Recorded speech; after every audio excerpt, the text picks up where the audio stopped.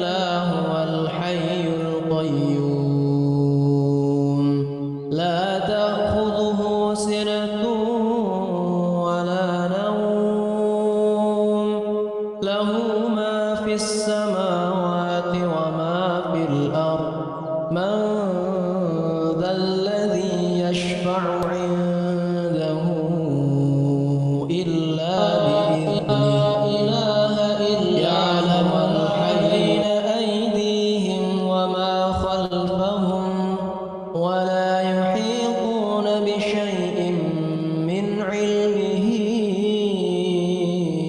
إلا بما شاء وسع كرسيه السماوات والأرض ولا يؤوده حفظهما وهو العلي العظيم. بسم الله الرحمن الرحيم.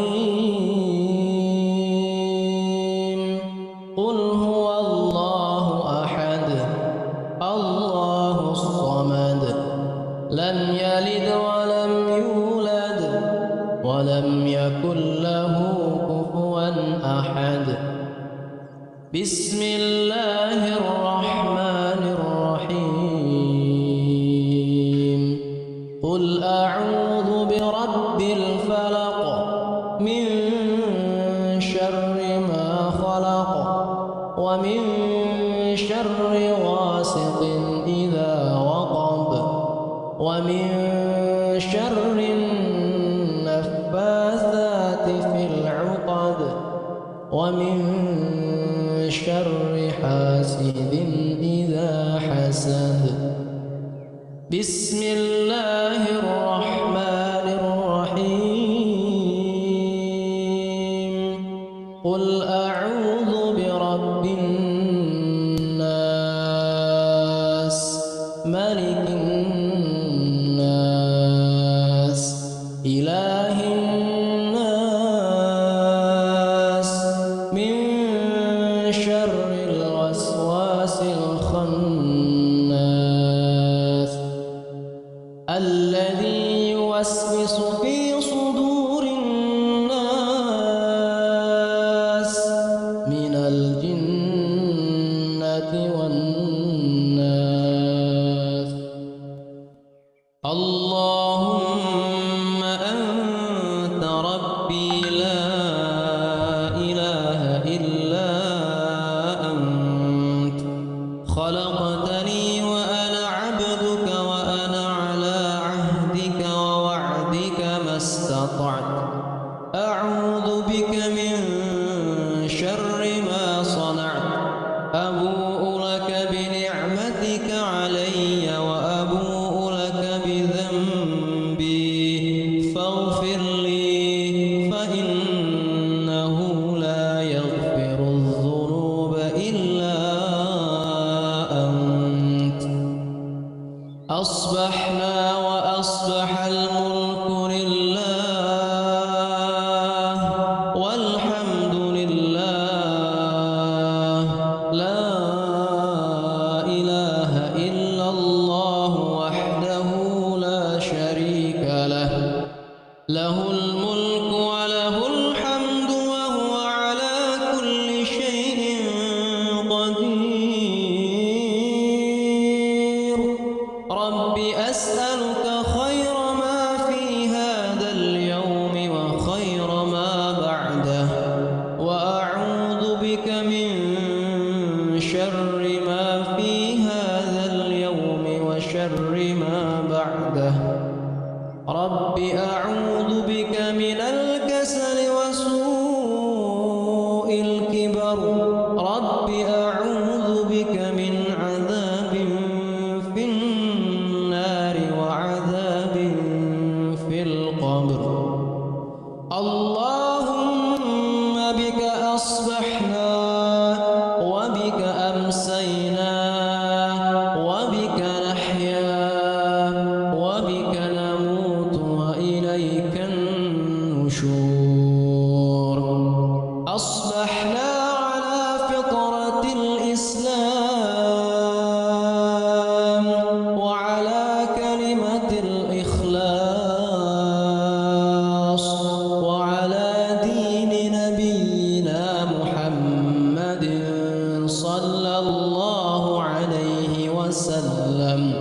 وعلى ملة أبينا إبراهيم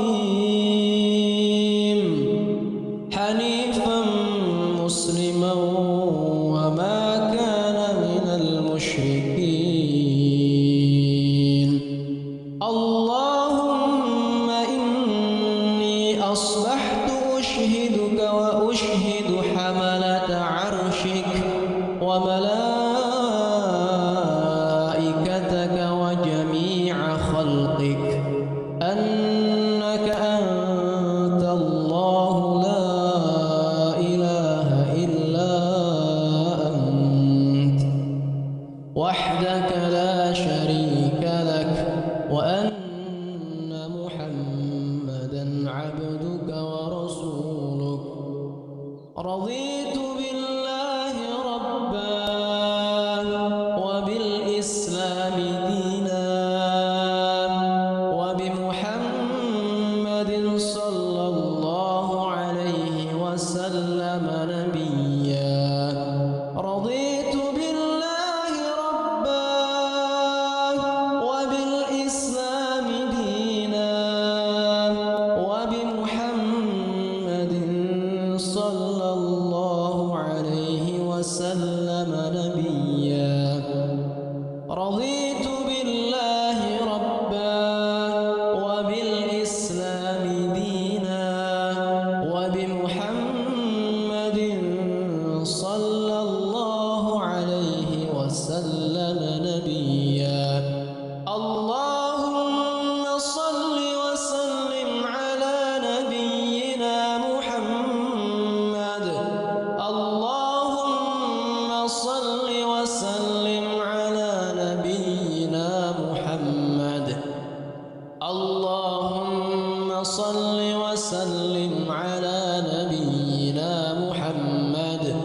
اللهم صل وسلم على نبينا محمد. اللهم صل وسلم على نبينا محمد. اللهم صل وسلم على نبينا محمد. اللهم صل وسلم على نبينا محمد. اللهم صل وسلم على نبينا محمد. اللهم صل وسلم على نبينا محمد. اللهم صل وسلم على نبينا محمد. اللهم عافني في بدني. اللهم عافني في سمعي. اللهم عافني في بصري. لا إله إلا أنت. اللهم إني أعوذ بك من الكفر والفقر وأعوذ بك من عذاب القبر. لا إله إلا أنت. بسم الله لا يضر مع اسمه شيء في الأرض ولا في السماء وهو السميع العليم. بسم الله لا يضر مع اسمه شيء في الأرض ولا في السماء وهو السميع العليم.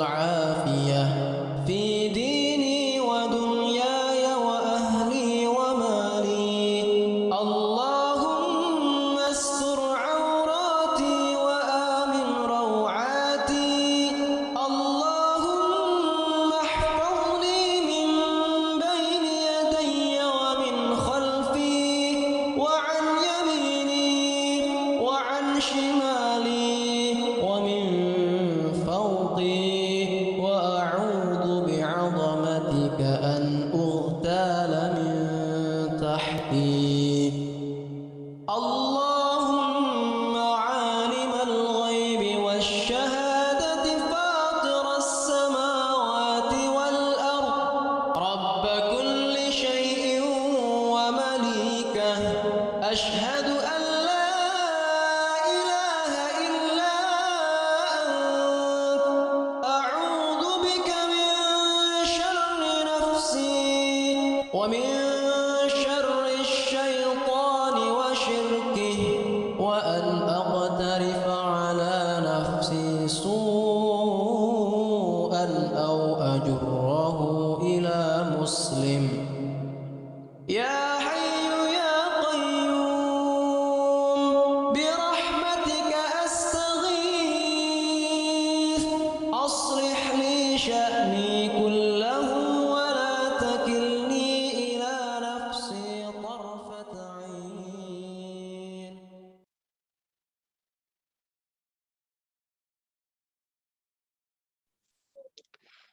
Bismillahirrahmanirrahim. Assalamualaikum warahmatullahi wabarakatuh. Alhamdulillah wassalatu wassalamu ala Rasulillah wa ala alihi wa sahbihi wa mawala.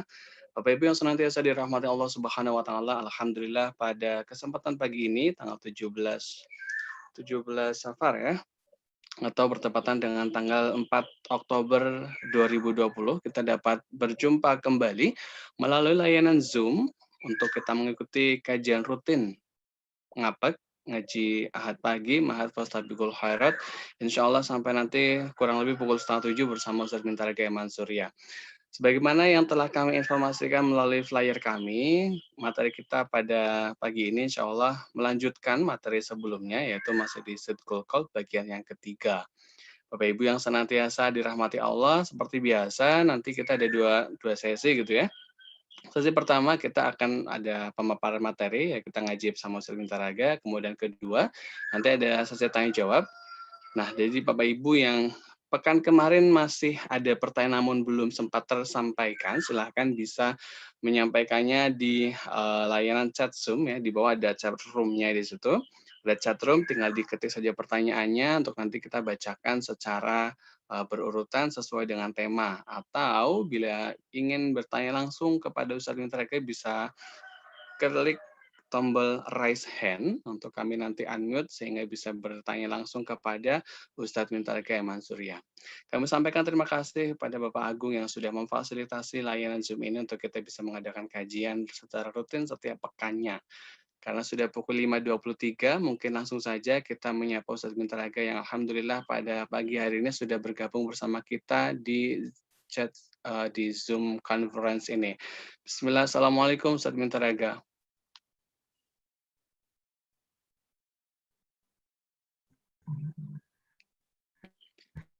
Ya, Waalaikumsalam warahmatullahi wabarakatuh, Mas Yon. Semoga ya, Mas Yon. Ya, alhamdulillah. Waalaikumsalam warahmatullahi wabarakatuh. Suara saya masuk, Mas? Masuk, Ustadz. Namun nampaknya sangat kecil suaranya. Mungkin ada. Halo? Ya, masuk. Namun suaranya sangat kecil, Ustadz. Sebentar. Coba saya atur dulu sebentar. Suaranya sangat kecil. Sudah besar belum suaranya saya? Ya, saya cukup. Baik.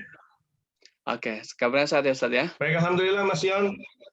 Ya, alhamdulillah pagi ini hujan membawa suasana lebih segar karena hujan adalah berkah dari Allah dan itu rahmat bagi orang yang beriman. Baik, gimana Mas Yon? Kita mulai kajian kita? Mulai saja langsung saya tafadhol untuk Sidqul Qalb bagian yang ketiga. Tafadhol. Baik, bismillahirrahmanirrahim. Assalamualaikum warahmatullahi wabarakatuh. Alhamdulillah, Allahulladzi anzala as-sakinah fi qulubil mu'minin liyazdadu imanan ma'a imanihim. Asyhadu an la ilaha illallah wahdahu la syarika wa la niddalah. Asyhadu anna Muhammadan abduhu wa rasuluh. Allahumma shalli wa sallim wa barik ala nabiyyina Muhammad wa ala alihi wa ashabihi ajmain, amma ba'd. Faqad qala ta'ala a'udzu billahi minasy syaithanir rajim ya ayyuhalladzina amanu taqullaha wa kunu ma'as shadiqin. Fa inna khairal kalami kalamullah wa khairul huda huda nabiyina Muhammadin sallallahu alaihi wasallam. Kembali kita dipertemukan Allah dalam majelis yang mudah-mudahan mendatangkan keberkahan rahmat dari Allah Ta'ala, karena majelis ini merupakan salah satu upaya kita untuk bersama-sama mensyukuri nikmat hidayah, yaitu nikmat petunjuk Islam, ya, supaya kita benar-benar bisa memahaminya dan kemudian mudah bagi kita, atau maksudnya lebih memudahkan kita untuk menjalankan ajaran agama ini sebagai pedoman hidup dalam kehidupan kita sehari-hari. Yang sekali rahmati Allah, waktu sudah, mohon maaf tadi saya terlambat 5 menit karena ada hal yang saya pribadi selesaikan. Kita melanjutkan yang ketiga sekarang, ya, tentang penyakit hati, ya, tentang penyakit hati. Baik, saya kembali ulangi supaya ini menjadi pengingat kepada kita bagaimana Allah memerintahkan di surat At-Taubah 119, A'udzubillahi minasyaitonirrajim, ya ayyuhalladzina amanu taqullaha wa kunu ma'as shadiqin. Wahai orang-orang yang beriman, bertakwalah kalian kepada Allah dan hendaklah kamu bersama orang-orang yang benar. Nah, ayat ini dipahami atau kita dibantu memahami ayat ini oleh beliau Syekh As-Sa'di. Syekh As-Sa'di dalam tafsir As-Sa'di beliau mengatakan, jadi wa kunu ma'as shadiqin, jadilah kalian bersama orang-orang benar. Itu benar dalam apa? Fi aqwalihim, dalam ucapan-ucapan, wa fa'alihim, dalam perbuatannya, wa ahwalihim, dan dalam keadaan-keadaannya. Alladzina aqwaluhum sidq, mereka adalah orang-orang yang ucapannya benar, wa amaluhum, juga amalnya mereka, wa ahwaluhum, juga keadaan mereka. La takunu illa sidqan khaliyah minal kasal. Tidak ada kebenaran ini kecuali kebenaran yang bersih, ya, yang tidak ada di dalamnya rasa kemalasan, wal futur. Futur itu juga kehilangan semangat. Kalau bahasa ayamnya ya tetelo lah, kayak nggak ayam ngantuk, karena ayam orang gelemangan, orang berigas, ya itu futur, itu tetelo itu. Jadi kalau ada orang yang mengaku beriman tapi kok kelentruk, orang bregas, itu suka-suka ngaji tapi lemesan, genah suren ya. Kelihatan dari sini tuh orang-orang yang suren itu. Ini hati-hati itu. Salimah minal maqasidis sayyi'ah. Ya, dan dia itu selamat, ya, dari kehendak-kehendak yang buruk. Ya, mustamilah alal ikhlas, yang dirinya ini hatinya berisi dengan al-ikhlas, kemurnian. Ya, saya selalu sampaikan ikhlas itu bukan rela itu bahasa Arabnya ridho, ya. Ikhlas itu kemurnian, jangan salah. Ya, karena banyak istilah yang kemudian kita pahami kurang tepat, ya. Waniyah, dan juga kehendak as-salihah, kehendak yang apa? Yang benar. Fa'inna sidqa yahdi ilal bir, karena kebenaran itu, kejujuran itu akan mengantarkan kita pada kebaikan. Wa innal birra yahdi ilal jannah, dan kebaikan itu pasti akan mengantarkan kita kepada surga. Adapun Imam Ibnu Katsir rahimahullah, beliau mengatakan yang dimaksud dengan wa kunu ma'as shadiqin, jadilah kalian bersama orang-orang yang benar, itu apa? Yang dimaksud adalah usduqu walzamu sidqa takunu ma'ahli wa tanju minal mahalik wa ja'al lakum farajan min umurikum wa makhraja. Artinya, kalau kalian pengen jadi orang yang benar, ya harus benar dulu. Ya, maka kita harus berusaha semaksimal mungkin jadi orang yang benar. Benar apa? Ucapan kita, perbuatan kita, keadaan kita, hati kita, yang akan kita bahas pada pagi hari ini. Ya, takunu ma'ahli walzamu sidqa. Tidak cukup hanya jadi orang yang benar, tapi berusaha semaksimal mungkin untuk istiqomah dalam kebenaran. Takunu ma'ahli, baru kita akan layak menjadi bersama orang-orang yang benar. Wa tanju minal mahalik, ya, nanti kita akan diselamatkan Allah dari berbagai macam kerusakan-kerusakan, berbagai macam kesengsaraan. Wa yaj'al lakum farajan min umurikum wa makhraja, dan Allah akan menjadikan untuk kita ini jalan keluar, solusi dari berbagai persoalan hidup kita. Jamaah sekali rahmati Allah, pertemuan lalu sudah kita bahas bagaimana pentingnya hati, karena hati sebagai generator, dan bagaimana tanda hati yang benar itu kan ada dua. Yang pertama, hati itu harus ikhlas. Ikhlas dalam pengertian dia berisi tauhid yang murni, yang hanif, ya, yang condong pada kebenaran, selalu condong pada kebenaran.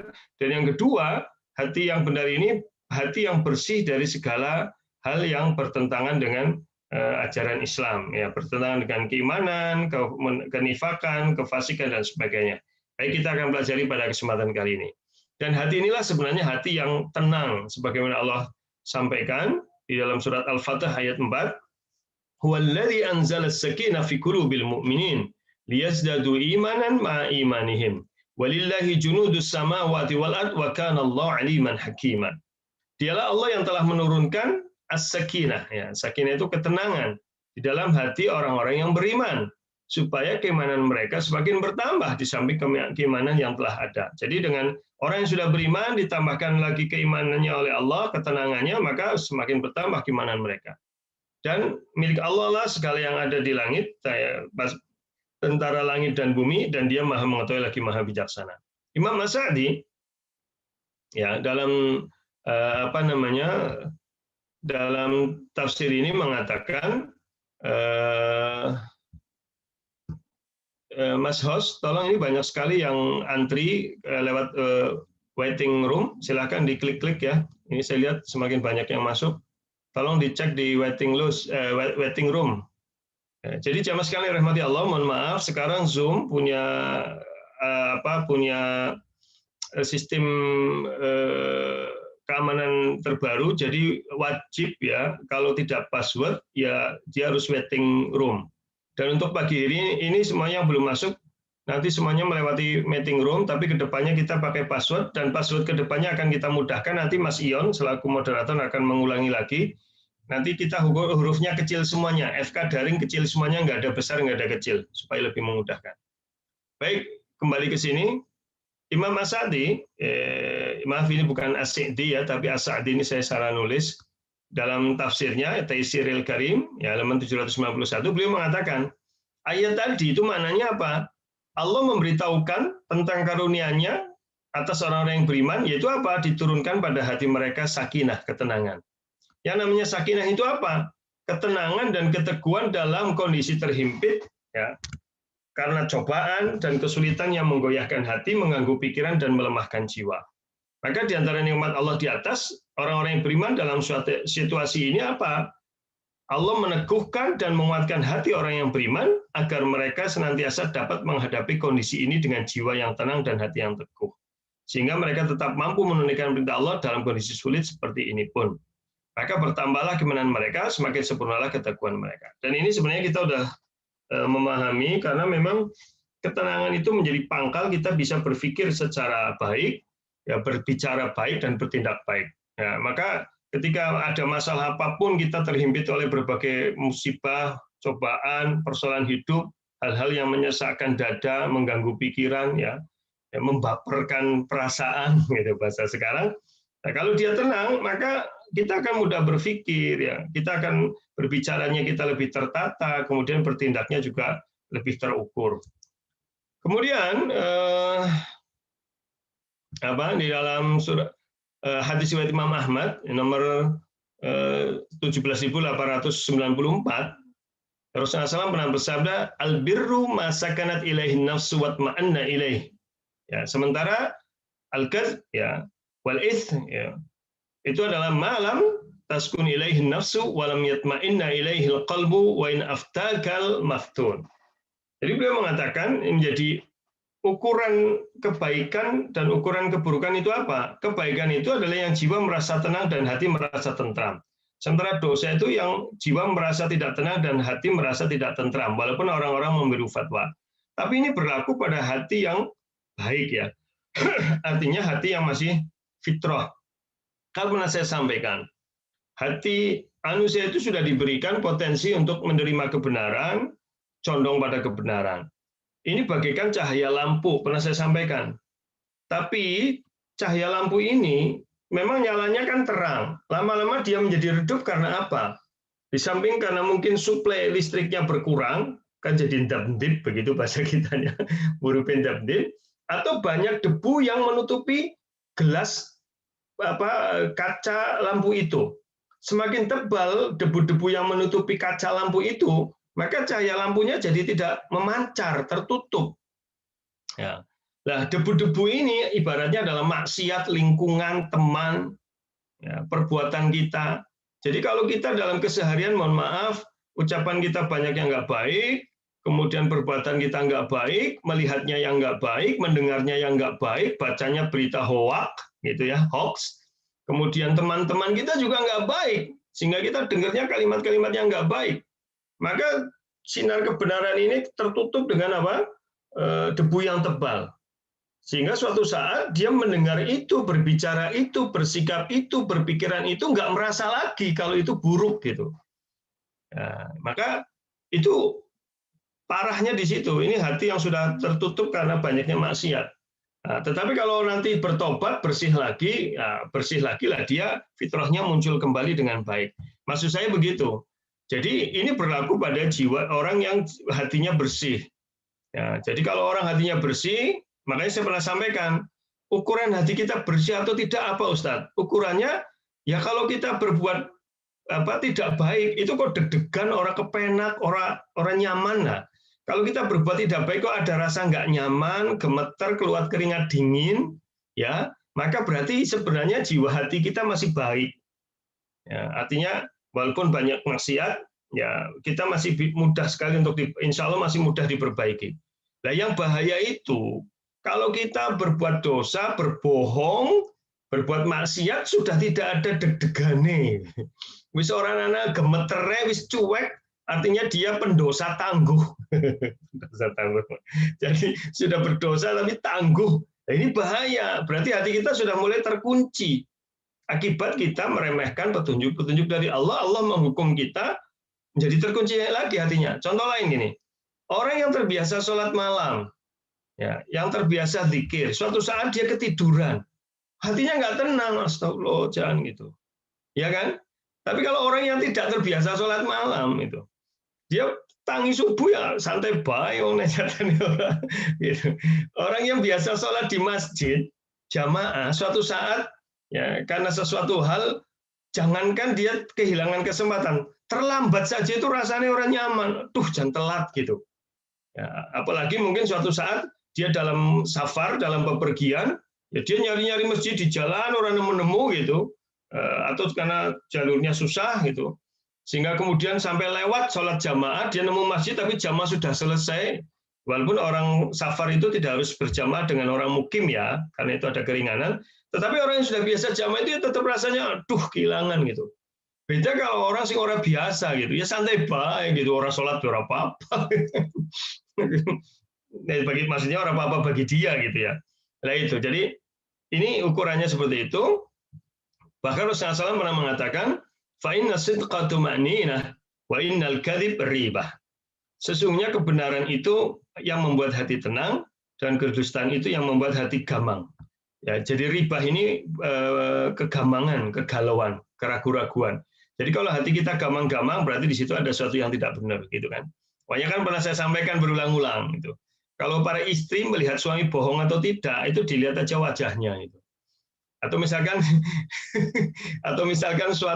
para suami misalkan lupa ya naruh duit di celana, disapu celana, terus dibrukna nenggon kumbahan, terus takon maring bojone, Bu, wingi weruh duit ora? Lah kowe dideleng kowe raine bojone kowe anger raine bojone keton mandan cengar-cengir, mandan kayak kliusan, berarti kowe mesti nyakel duit kowe. Tapi anger duit apa sih?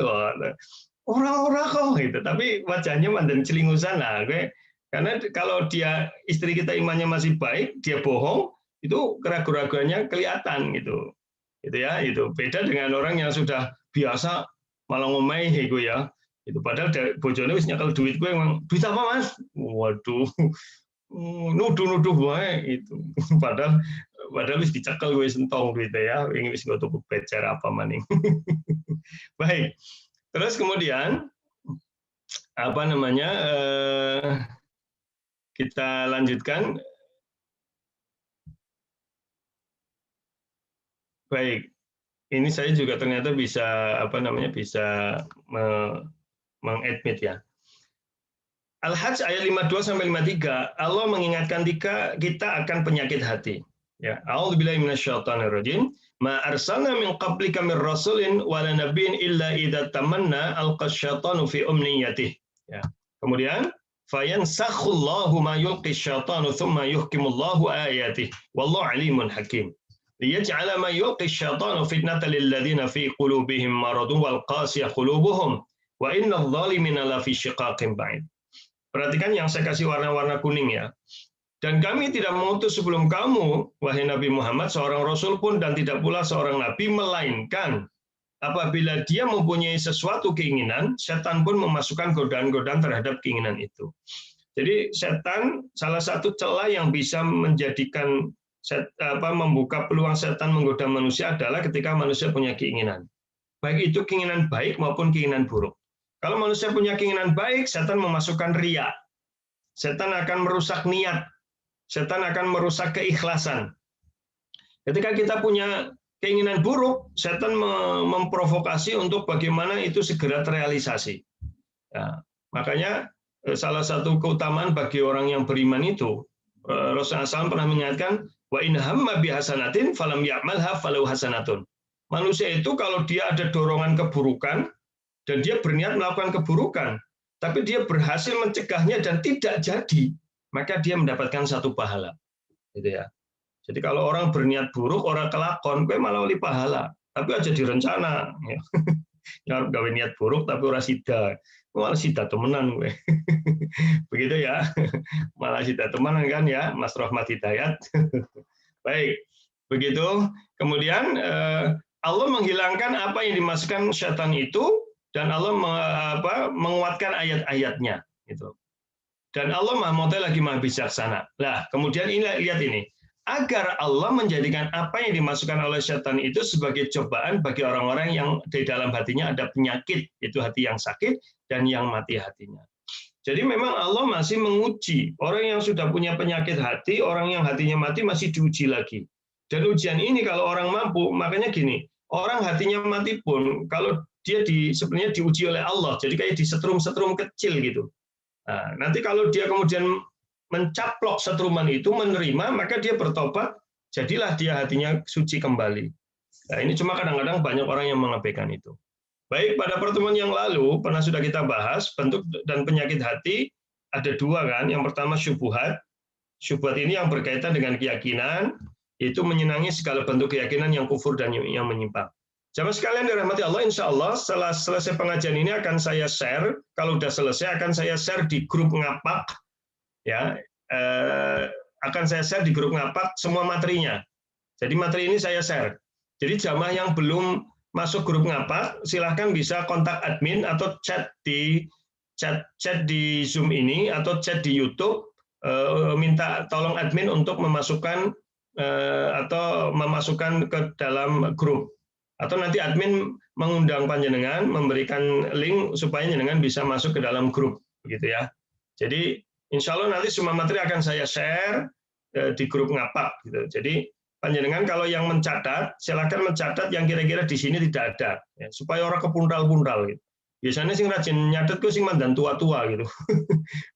Yang tua kan rajin nyatet itu, malah nanti insya Allah akan dapat yang dicatat yang di sini tidak ada, begitu ya.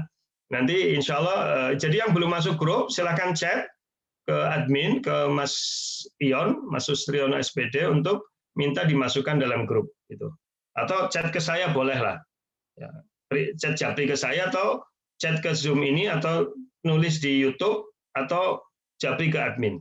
Atau nanti sebelum pertanyaan Mas Ion, halo Mas Ion, bersama kami atau lagi ngomong putrane nggih. Ya, nanti Mas Ion bisa membantu panjenengan untuk insya Allah. Baik, ya. Mas Ion ini lagi jadi ayah siaga ya. Masya Allah, barakallahu fiik. Baik, kita lanjutkan. Jadi ada syubhat yang berhubungan dengan bentuk keyakinan yang kufur dan menyimpang seperti syirik, nifak, bid'ah, dan seterusnya. Yang kedua ada penyakit namanya syahwat. Ini yang berhubungan dengan akhlak, yaitu menyenangi berbagai macam kemaksiatan. Di antaranya ada yang berhubungan dengan syahwat biologis seperti makan dan minuman haram atau berlebihan, berzina, dan semacamnya. Ada pula yang berhubungan dengan tingkah laku seperti kesombongan, kedengkian, ya, kecongkakan, dan semacamnya. Nah, sekarang kita masuk, sebelum kita masuk ke jenis penyakit hati, kita perhatikan dulu sabda Rasulullah SAW, hadis riwayat Imam Muslim, bahwa setiap perbuatan maksiat, setiap perbuatan dosa, setiap jenis penyakit hati ini bagaikan titik hitam di dalam hati. Jadi kalau orang itu berbuat maksiat, dia di hatinya ada satu titik. Maka semakin banyak maksiatnya, maka titik hitamnya semakin banyak. Maka kalau hati itu dipenuhi dengan kemaksiatan, hatinya akan gelap. Dan kalau sudah hatinya hitam gelap, dia akan sulit menerima kebenaran. Gitu ya. Makanya jangan membiasakan keburukan. Jangan membiasakan perbuatan maksiat sekalipun kecil. Karena perbuatan maksiat ya, sekalipun kecil, kalau dibiasakan itu akan mematikan hati. akan membuat hati gelap, dan orang kalau sudah gelap, sesuatu yang kebaikan tidak akan terlihat, gitu ya. Jadi hati yang lain menjadi hitam lebam, bagai mangkok yang terlungkup, tidak kenal yang ma'ruf dan tidak pula yang mungkar kecuali yang sesuai dengan hawa nafsunya. Inilah bahayanya ketika kita namanya banyak melakukan hal-hal yang tidak baik. Baik, saya lanjutkan. Jadi jenis penyakit hati yang lahir dari subuhat dan syahwat, itu saya rinci. Satu, ada ghaflah, al-ghaflah atau lalai. Jadi salah satu penyakit hati yang merusak keimanan kita adalah kita lalai kepada Allah. Maka Allah mencela hati yang lalai dari merenungkan, memikirkan, dan memahami ayat-ayat Allah. Ya, di antara tandanya kemarin sudah saya sampaikan, hatinya mudah tersentuh gitu. Jadi kalau hati mudah tersentuh, misalkan lihat fenomena, lihat kejadian jadi terenyuh, jadi tersentuh, dia melihat orang meninggal atau melewati kuburan, dia jadi ingat kebaikan, ingat kematian, ingat akhirat. Ini berarti hati yang baik. Tapi kalau kemudian lihat orang meninggal, ya, terus ngomongnya, lah ya wong urip ya mati, gitu. Misalnya gitu ya. Kemudian lihat kuburan ya, kuburan dia anggar nang pinggir dalan eman-eman temen ya, jadi anggar dipindah, tanah kan regane larang, wah, utak-utak kapitalis. Jadi orang begini ini sudah ghaflah. Ya, dia hatinya sudah jauh dilalaikan dari mengingat Allah, begitu ya. Jadi dia sulit menangis, ya. Menangis itu kan bukan berarti cengeng ya. Ya. Kalau orang menangis cengeng itu kan kalau dia menginginkan sesuatu tidak tercapai dia menangis, itu cengeng itu ya. Atau gampang menangis. Tapi kalau orang mudah menangis karena mengingat Allah, mengakui dosa kepada Allah, ini bukan cengeng. Ini menunjukkan hati yang dia terikat dengan Allah Ta'ala. Maka hati-hati dengan penyakit ini. Allah Ta'ala mengingatkan bahwa penduduk neraka itu kebanyakan adalah manusia yang punya hati tapi tidak digunakan untuk merenungi ayat-ayat Allah. Ya, makanya membaca Al-Quran itu sebaiknya tidak sekedar bacaannya sambil merenungi ayat-ayatnya. Tapi kalau orang sudah hatinya baik, kadang macatok, bahkan mendengarkan bacaan Al-Quran yang bagus saja, itu membuat hatinya bisa menjadi terenyuh, gitu ya. Jadi renungi ayat-ayat tanda-tanda kekuasaan Allah, gitu. Kayak sekarang ada wabah, kita akan sadar betapa kita tidak ada apa-apanya. Ya Allah menciptakan makhluk yang kecil saja, kita udah kerepotan. Dunia itu dari sisi politik, ekonomi, sosial, budaya mati kabeh gitu ya. Jadi ini bukan mati, artinya hancur semua hanya gara-gara makhluk kecil yang namanya corona itu COVID-19. Yang bersama-sama mari kita mohon kepada Allah dan kita berusaha untuk memeranginya. Kemudian di surat Al-Anbiya ayat 2 dan 3, mayatihim min dzikri mir rabbihim muhdatsin illa istama'uhu wa hum yal'abun lahiyatan qulubuhum. Jadi tidaklah datang pada mereka suatu ayat, ya, satu ayat Al-Quran pun yang baru diturunkan dari mereka, melainkan mereka mendengarnya sedang mereka bermain-main, hati mereka dalam keadaan lalai. Artinya kalau hubungannya dengan kita sekarang, kita sudah sering dengerin khutbah Jumat, dengerin pengajian, dengerin tausiah, baca tausiah, dengerin meme-meme kebaikan, tapi kemudian kita meremehkan, cuek gitu. Ya saya sudah pengalaman ya. Kalau saya upload foto atau kegiatan saya misalkan di Facebook, itu komennya lebih banyak daripada saya upload nasihat, saya upload tausiah agama, itu komennya sedikit. Benar itu. Saya nggak tahu kenapa itu. Tapi kalau udah upload foto, apalagi fotonya ya sesuatu banget begitu, maka biasanya komennya yang like itu banyak. Ya, tapi kalau udah meme-meme kebaikan itu kadang-kadang nggak like. Mungkin orang baca tapi terlewatkan saja. Nah, ini hati-hati dengan kalau kita sudah seperti itu, gitu aja. Kemudian yang berikutnya, penyakit hati berikutnya adalah keluh kesah, gundah, dan perasaan cemas yang berlebihan. Pertemuan lalu saya sampaikan orang berkeluh kesah boleh saja, kan ada yang nanya itu. Ya, gundah, cemas nggak apa-apa. Bahkan keluh kesah, kegundahan, cemasnya orang yang beriman, selagi dia tidak berlebihan, itu justru mengurangi dosa kan. Mayusibul muslimin wasobin wala wasubin wala hamin wala udhnin hatta syauka yushakuha illa kafaro biha min khotoyahu, kan gitu.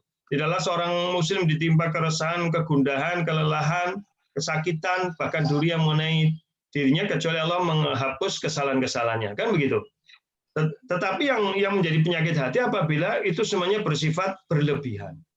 Jadi apa aja kalau berlebihan tentu tidak baik. Ya, ini maksudnya apa? Jamaah sekalian dirahmati Allah. Ya, ini Mas admin, Mas host, ini masih terus banyak yang masuk. Tolong di submit. Ini banyak yang masuk. Ini Abu Musa ini masuk, Galaksi pada masuk. Silahkan di submit ya Mas, biar saya bisa fokus di misi ini. Kondisi ini timbul pada saat seorang atas kehilangan sesuatu yang telah diperolehnya atau takut tidak memperoleh apa yang diharapkannya. Gitu. Jadi orang itu biasanya menjadi galau, gundah, cemas berlebihan bila dia takut kehilangan sesuatu yang telah diperolehnya.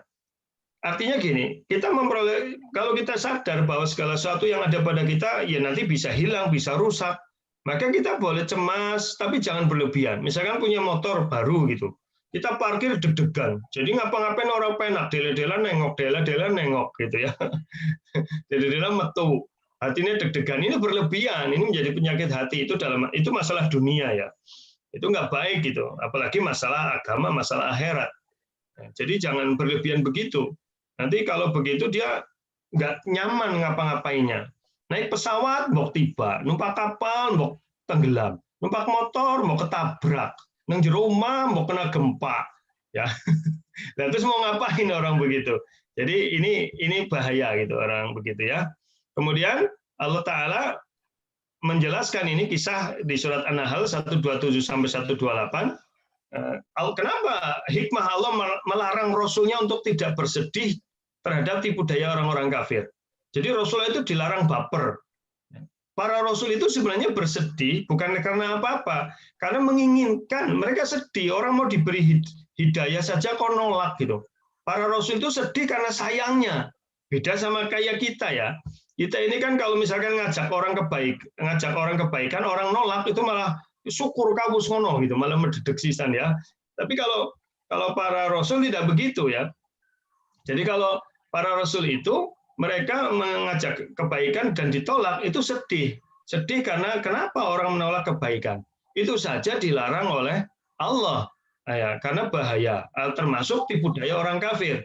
Ya orang kafir menolak membuat tipu daya itu jangan bersedih hati. Nah, maka disebutkan di sini wasbir wa ma sabruka illa billah wa la tahzan alaihim wa la taku fi daiqin mimma yamkurun. Innallaha ma'al ladzina taqaw wal ladzina hum muhsinun. Bersabarlah wahai Nabi Muhammad dan tiadalah kesabaranmu itu melainkan dengan pertolongan Allah. Dan jangan kamu bersedih hati terhadap kekafiran mereka, tipu daya mereka, kasak-kusuk mereka, politisir mereka, sebagainya apa sajalah. Jangan kamu bersempit dada terhadap apa yang mereka tipu dayakan. Tenang. Ya, kita yakin innallaha ma'ana, Allah bersama kita. Ya, orang mau benci kita, mau ngomongin kita di belakang apa, mau berbuat rekayasa apapun silahkan gitu. Itu boleh selama di dunia silahkan gitu. Tapi nanti kan kita yakin apa yang membuat kita tenang, jangan baper gitu. Jangan baper, orang kok gitu semua sama saya ya, orang kok jahat teman sama saya ya gitu. Ya memang manusia begitu. Nah, Allahumma shayyiban nafi'an. Ini hujan deras di tempat saya. Mudah-mudahan Allah menjadikan hujan ini hujan yang penuh manfaat, gitu ya. Baik, saya lanjutkan ke bahasan kita. Jadi kita jangan sedih gitu. Yang namanya orang nggak suka itu pasti ada. Tidak selamanya orang menjadi likers, pasti ada haters. Gitu. Ya, kita maunya di like semua ya. Hati-hati. Orang yang suka kita pun itu bisa merusak amal kita. Karena bisa membuat kita riya, membuat kita ujub, ya kan? Ya. Orang yang nge-hate kita, yang benci kita, memang kita nggak suka, tapi di sisi lain membuat kita mawas diri. Pernah saya bikin kata-kata di Facebook dulu kan begini, nyong lagi orang kayak kue, bendarani kayak kue, apa maning nek nyong kayak kue, mulane aja pada kayak kue, gitu. Itu dulu kalimat saya. Silakan boleh buat meme, meme Banyumasan asli. Ya jadi saya dulu pernah nulis ya karena kondisi saya pribadi waktu itu ya sama Ustadz juga manusia, ada kalanya Ustadz baper juga, cuma nggak berlebihan lah. Ya Ustadz kalau baper kan jadi tausiah. Masya Allah. Saya karena waktu itu ya baper gitu, kemudian saya bikin meme yang nyong ora kaya kue bendarani kaya kue. Ya, apa maning nek nyong kaya kue? Ya. Mulane nyong ora kaya kue. Ya ayu aja pada kaya kue. Ya, jadi ya udah memang orang yang mesti ada yang begitulah. Ya, jadi jangan bersedih hati, sudah kita lebih yakin dengan janji Allah gitu. Ya kalau kita benar kenapa takut? Bismillah, Allah membantu kita. Walaupun di awal mungkin kita jelek, nama kita hancur karena difitnah macam-macam, dituduh macam-macam, tapi kan kebenaran akan berbijak nanti. Ya, tenang saja, Allah membantu kita. Gitu. Seandainya kemudian kita di dunia tidak terungkap kebenarannya, pasti di akhirat Allah akan mengungkapkan itu. Dan sungguh kebenaran sejati ada di akhirat. Nama baik sejati itu ada di akhirat. Citra sejati itu ada di akhirat, bukan di dunia. Karena kalau di dunia itu citra yang mungkin hanya sebatas lotion beauty, itu citra yang buat hand body ya. Baik, jadi itu citra dunia, itu yang whitening with bengkoang, SUV apa-apa itu yang bikin putih lah kayak gue. Gue biasanya mak-mak mandan tua, gue kayak Bu Juju nganggone citra biasanya gue. Tapi yang sing nom-nom, sing duitnya kurang yang nganggone Marina ya. Sing mandan sugi-sugi yang nganggone kayak apa Wardah. Gitu. Ya. Baik, kemudian demikian pula perkataan para malaikat pada Nabi ya. Ketika malaikat memberi ketenangan, memotivasi kepada Nabi Lut. Walamma anja'at rusuluna lutan si'a bihim wa dhaqa bihim dar'an wa qalu la takhaf wa la tahzan inna munajjuka wa ahlaka illa imra'atak kanat minal ghabirin. Dan tatkala datang utusan kami para malaikat itu kepada Lut, Lut itu merasa susah, merasa nggak tenang. Kenapa? Karena malaikat itu menyerupai manusia yang ganteng-ganteng. Nabi Lut itu takut, ini orang ganteng-ganteng kalau ketahuan tetanggaku, masyarakatku habis mereka, karena masyarakatnya pada suka laki-laki gitu. Ya, jadi lihat orang ganteng itu malah pada caper ya. Jadi bayangkan ya pada zaman Nabi Lut itu laki-laki itu kalau ada orang laki-laki ganteng lewat itu mereka malah caper gitu. Ya, naudzubillah ya Allah. Dan sekarang juga banyak kayak gitu itu kejadian naudzubillah. Jadi Nabi Lut merasa sempit, merasa susah hatinya gitu ya. Nah, maka kemudian Allah melalui para malaikat ini memberi nasihat, la takhaf wa la tahzan. Jangan takut, jangan susah, jangan sedih, tenang saja. Kami ini para rasul gitu. Kami akan menyelamatkan kalian. Jadi jangan takut. Kemudian berikutnya jenis penyakit hati berikutnya adalah putus asa dan kekecewaan yang berlebihan. Ya, artinya suatu saat manusia merasa harapannya kok kayaknya mentok gitu. Ya itu wajar saja, tetapi yang tidak boleh bila berlebihan seolah-olah tidak ada lagi masa depan. Gitu kan. Pernah saya sampaikan dulu kan, setiap orang buruk punya masa lalu. Tetapi apa yang membuat orang buruk itu kemudian menjadi baik karena dia punya masa depan, dia punya harapan. Ya. Orang kafir selagi masih hidup masih punya harapan untuk dia tobat, untuk dia masuk Islam. Orang yang banyak maksiat itu masih punya harapan. Makanya jangan mencaci, mencela orang yang zat, orang yang masih hidup. Ya, kalau dia sudah mati dalam kekafiran seperti Fir'aun, seperti Abu Lahab, ya boleh dicaci, boleh dilaknat. Tetapi kalau orang dia sekalipun dia orang kafir, sekalipun dia orang fasik, ya, dan dia masih hidup, ya kita jangan melaknatnya. Laknat itu menjauhkannya dari rahmat Allah. Ya, kita justru mendoakannya agar dia bertobat, diberi itu. Yang kita laknat itu perbuatannya. Yang kita cela itu perbuatannya, jangan orangnya. Ya, karena orangnya kita doakan mudah-mudahan mendapatkan hidayah.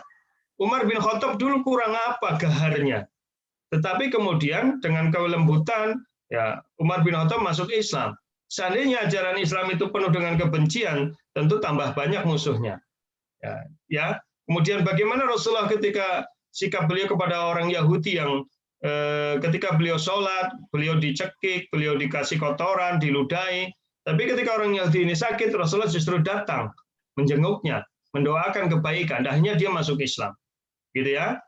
Jadi orang putus asa dan kecewaan yang berlebihan itu kadang-kadang karena dia itu ditimpa musibah, kehilangan sesuatu yang dicintainya, gagal memperolehnya, bisa berupa harta maupun jiwa.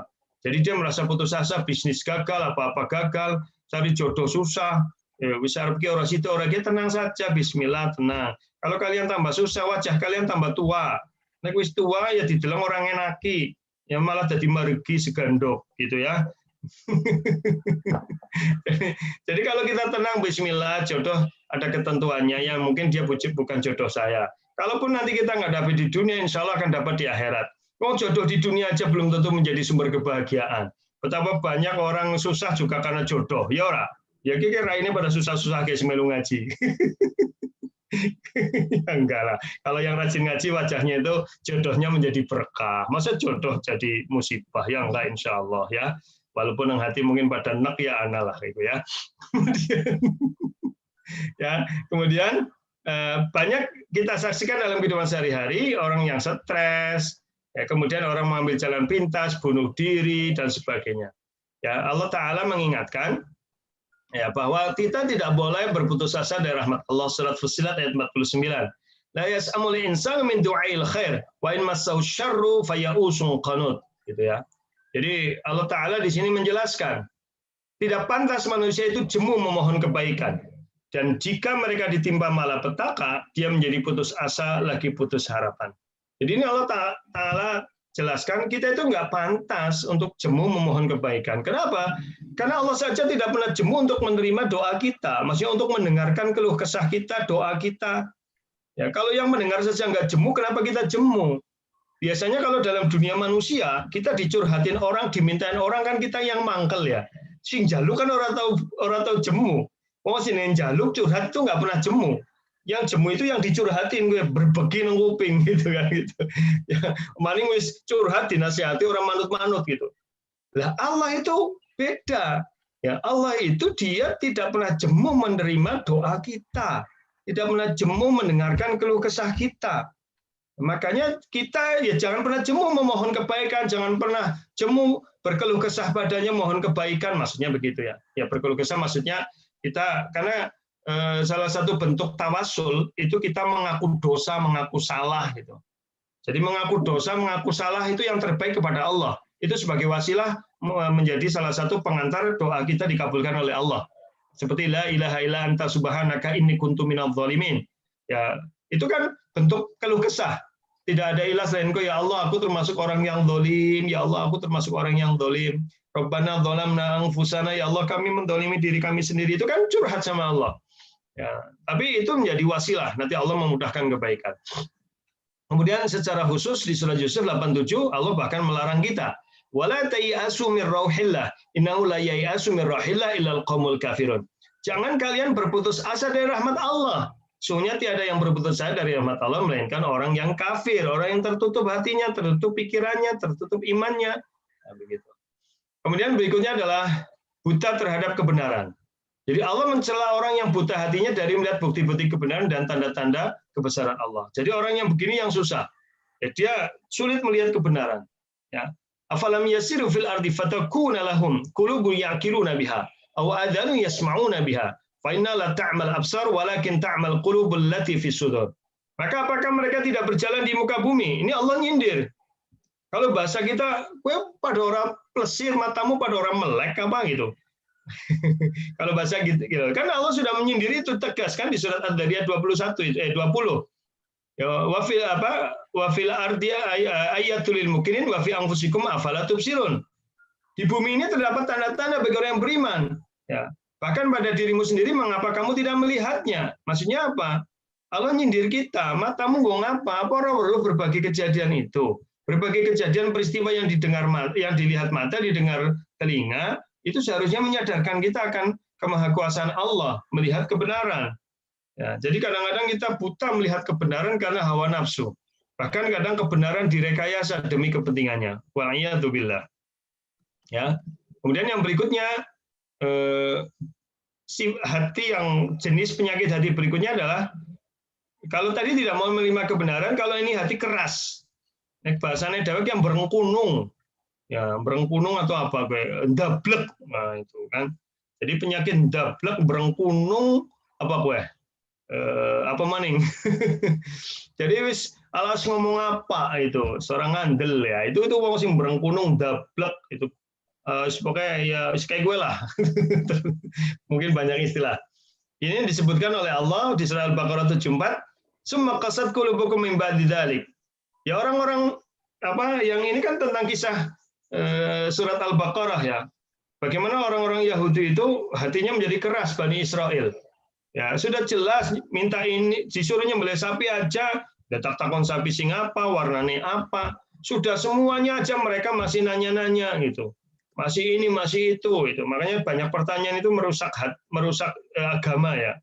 Jadi, tapi pertanyaan yang tujuannya adalah mengada-ada gitu, pertanyaan-pertanyaan yang tidak benar. Dan padahal batu saja itu disebutkan ini, itu bisa terbelah mengalir di tengahnya aliran air. Ya. Kemudian ada batu yang hancur, artinya sekeras-kerasnya batu saja bisa ditembus dengan kalimat Allah. Tapi kadang kerasnya hati itu tidak mau menerima kebenaran. Nah, tetapi kalau kita sebagai seorang pendai, dakwah, mengajak orang kebaikan, ditelateni ya lama-lama luluh juga lah insya Allah. Begitu kan? Sebagaimana para bapak dulu nelateni dan yang bisa meluluhkan hati istrinya. Gitu kan ya. Kayak Pak Gunawan ini kan dulu mungkin sudah berjuang mendapatkan cinta istrinya. Bagaimana cara meluluhnya? Karena orang-orang biyen ya teka nggak baca jajan sing akeh iku ya Pak Gunawan ya. Iya nih. Gitu kan. Ya kalau Bu Cucu sama suaminya nggak tahu itu dulu bagaimana, kayaknya Bu Cucu yang melunakkan hati suaminya. Ya, bukan suaminya yang melunakkan hati Bu Cucu gitu ya. Kalau Pak Chandra sama ibunya ini nggak tahu siapa yang melunakkan hati ini. Kayaknya pada baik gue kayaknya. Gitu ya. Kalau yang di Atambua tambuh gue, Agus Sukoyo karo Bu Husnul. Kayaknya pada bandrengnya gue. Baik, kemudian Pak Agus mari ngendi dari orang ketemu pengajian, Bu Agus lagi siaran apa? Oh, lagi lembur ya, awal bulan. Baik. Berikutnya adalah ar-ru'ab. Hati yang cemas, takut. Jadi ar-ru'ab, jadi ra'bu ya. Ini adalah kecemasan. Penyakit ini Allah masukkan ke hati orang yang kafir dan musyrik. Jadi rasa galau, cemas. Ya, disebutkan di sini sanuki fi qulubil ladzina kafaru ru'ba bima syaraku billahi ma lam yunzil bi sultan wa humun nar wa bisa mathwal dzalimin. Orang yang tidak beriman kepada Allah itu dia akan was-was dengan akhirat. Akan was-was dengan janji Allah. Jadi kalau dia usaha nggak yakin, akhirnya dia larinya ke dukun, larinya yang tidak benar. Dia tidak yakin kalau misalkan dia usaha jujur sesuai ketentuan Allah akan berhasil, dia nggak yakin. Sehingga orang begini sering ngomong lah jujur ya ajur. Padahal sampai hari ini, saya pernah baca itu penelitian Kozes itu ya, dikutip oleh Safi Antonio dalam bukunya yang Muhammad Super Leader, Super Manager itu, beliau mengatakan penelitian itu dari tahun 95 sampai tahun 2005 kalau nggak salah, 10 tahun penelitian tentang CEO ya, tentang manajer-manajer perusahaan dunia, tentang bagaimana sih karakter manajer yang baik. Ternyata yang ditaruh pertama adalah hanes, kejujuran, kebenaran. Jadi dalam dunia modern itu kejujuran yang utama.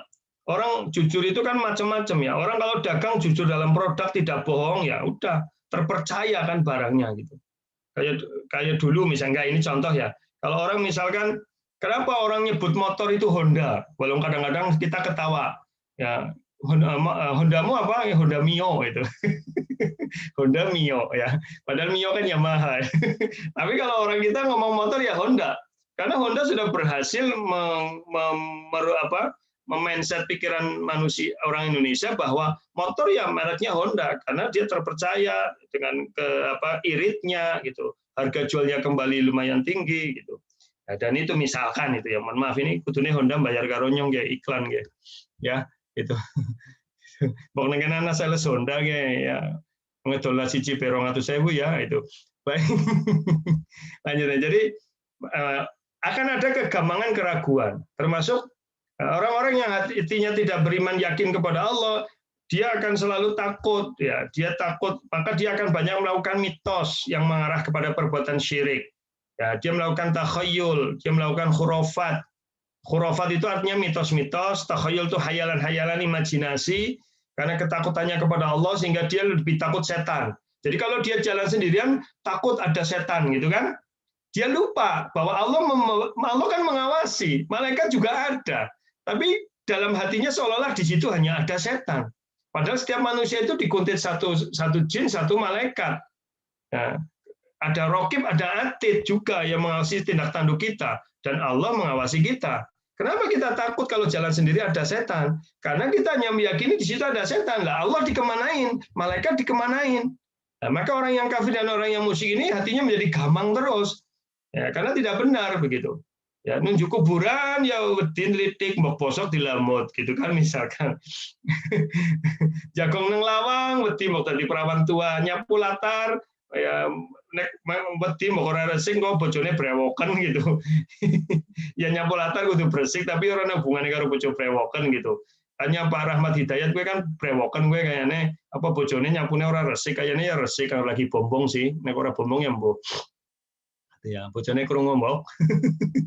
Kemudian yang berikutnya hati yang terkunci menerima kebenaran. Jadi tadi ada hati yang keras ya. Ini kan sebelumnya itu hati yang keras, ya. Terus kemudian ada hati yang buta. Jadi dia hati yang tidak bisa melihat kebenaran, tapi bisa menerima, kalau disadarkan dia bisa menerima. Ada hati yang keras, kalau dilunakkan insya Allah dia bisa menerima. Nah, tapi juga ada hati yang di sini terkunci dari menerima kebenaran. Ini adalah hati orang kafir yang sudah tidak mau menerima peringatan dan seruan untuk beriman kepada Allah. Jadi dihukum Allah. Jadi jangan memahami ini berarti Allah masa Allah mengunci hati manusia. Allah mengunci hati manusia yang manusia ini meremehkan hidayah, mempermainkan agama, mempermainkan hidayah. Maka innal ladzina amanu tsumma kafaru tsumma amanu tsumma kafaru tsumma zdadu kufran lan tuqbala taubatuhum. Lan tuqbala taubatuhum. Orang yang beriman kemudian kafir, beriman kafir, kemudian bertambah kekafirannya tidak akan diterima taubatnya. Kenapa? Ya karena mereka mempermainkan akidah. Ya, gitu loh. Jangankan akidah, perasaan manusia aja kalau dipermainkan kan main hati ya. Tanya tuh para emak-emak. Bagaimana kalau di PHP-in, digantung, nggak enak rasanya. Ya, digantung emang jemuran, panas tahu. Di mana-mana jemuran juga dintas. Ya gesek nek dipek kesuwen ya mengkeret ya, mulai ngepen aja kesuwen itu. Wanita itu jangan lama dikasih harapan itu. Kalau yang masih jomblo segera dilamar gitu. Wong lanang gue nulis janji noko kena emas aja kesuwen, digantung bae itu. Kalau ditagi lho, ki mbok nyong luwih gede kayak Mas Mintaraga gedene abote pol. Wis dia Mas Mintaraga cukup. Itu rayuan Ustadz sama istrinya. Begitu ya. Kemudian suka mengikuti sesuatu yang samar-samar, hati-hati. Sing genah bener beana kenapa kita suka mengikuti yang samar-samar? Ya karena yang samar-samar itu Ustadz dia misterius. Jadi membuat saya penasaran. Nah, itu masalahnya di situ. Fa'amal ladzina fi qulubihim zaghun fayattabi'una ma tashabaha minhu ibtighal fitnati wa ibtigha ta'wilih. Kalau di hatinya ada zaghun itu penyakit yang condong pada kesesatan, suka mengikuti yang samar-samar. Ya, mereka suka kalau di dalam pemahaman agama mereka suka ngotak-ngatik ayat, ya, kemudian suka memahami ayat dalam pengertian yang tidak benar, begitu. Kemudian yang berikutnya adalah berloyalitas kepada orang kafir. Ini saya selesaikan sekalian nanggung karena sudah bagian yang ketiga, biar nanti pertemuan depan kita ganti dengan tema yang lain ya. Salah satu jenis penyakit hati yang sangat dicela adalah berloyalitas kepada orang kafir. Maksudnya apa? Membela keyakinan mereka, begitu ya. Kemudian alasannya toleransi dibela habis-habisan, begitu ya. Nah, ini yang tidak benar. Harusnya tidak seperti itu. Ya, kemudian bahkan menyalahkan sesama muslim. Na'udzubillah. Yang muslim aja malah dijatuh-jatuhkan, dijelekan, ini yang sekarang banyak terjadi. Gitu ya.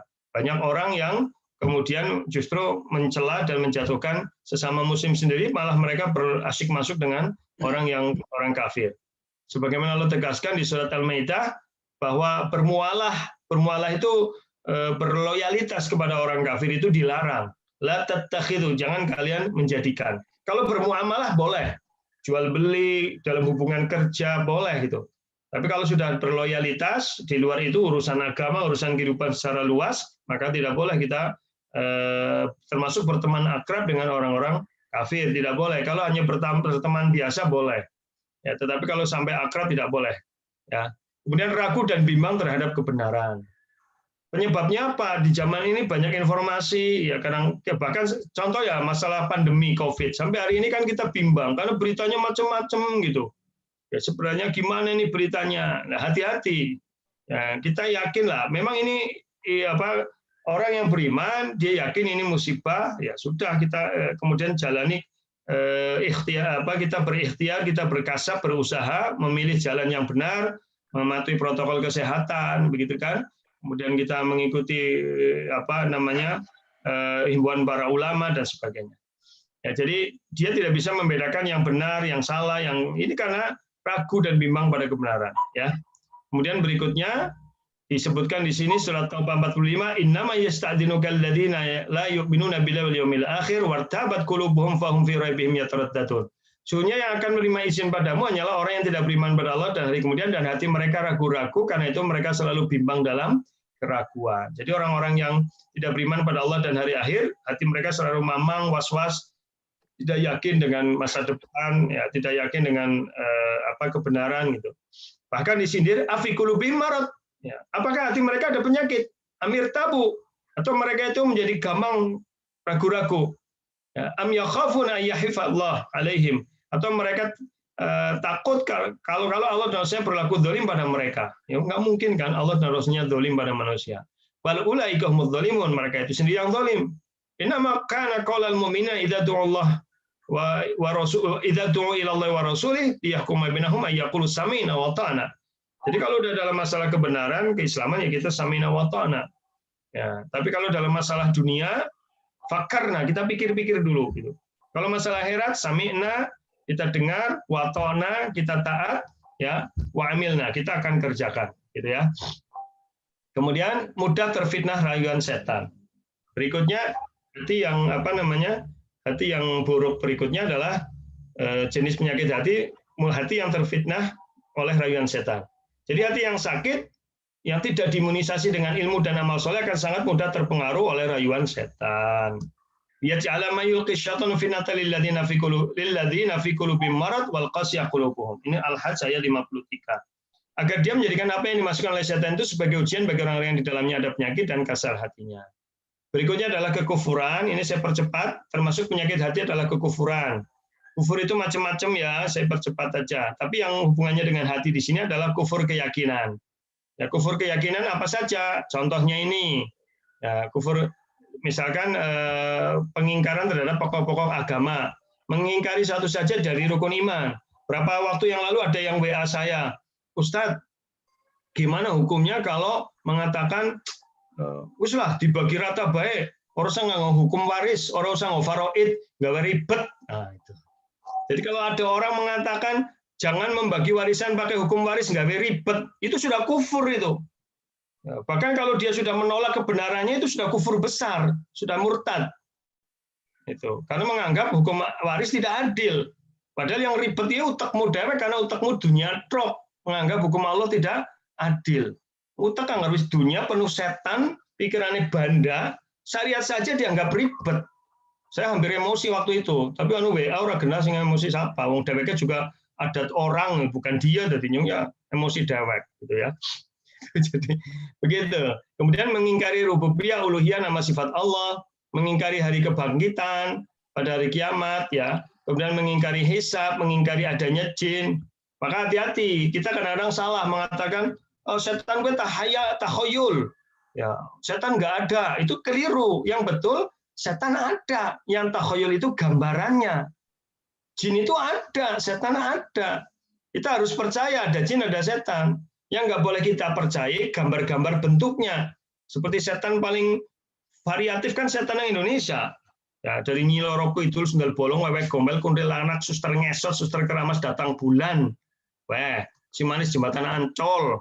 Nek sing lanang ya Gendruwo Kolorijo, kakek gayung, nenek cangkul, apa maning gue, gundul prenges, wah kayak banget setan yang Indonesia gue, itu. Lah itu yang takhayul, setannya kakean digambar dewek, putih dewek, pola-pola orang Indonesia gue, bisa gambar setan dewek, putih dewek, gitu.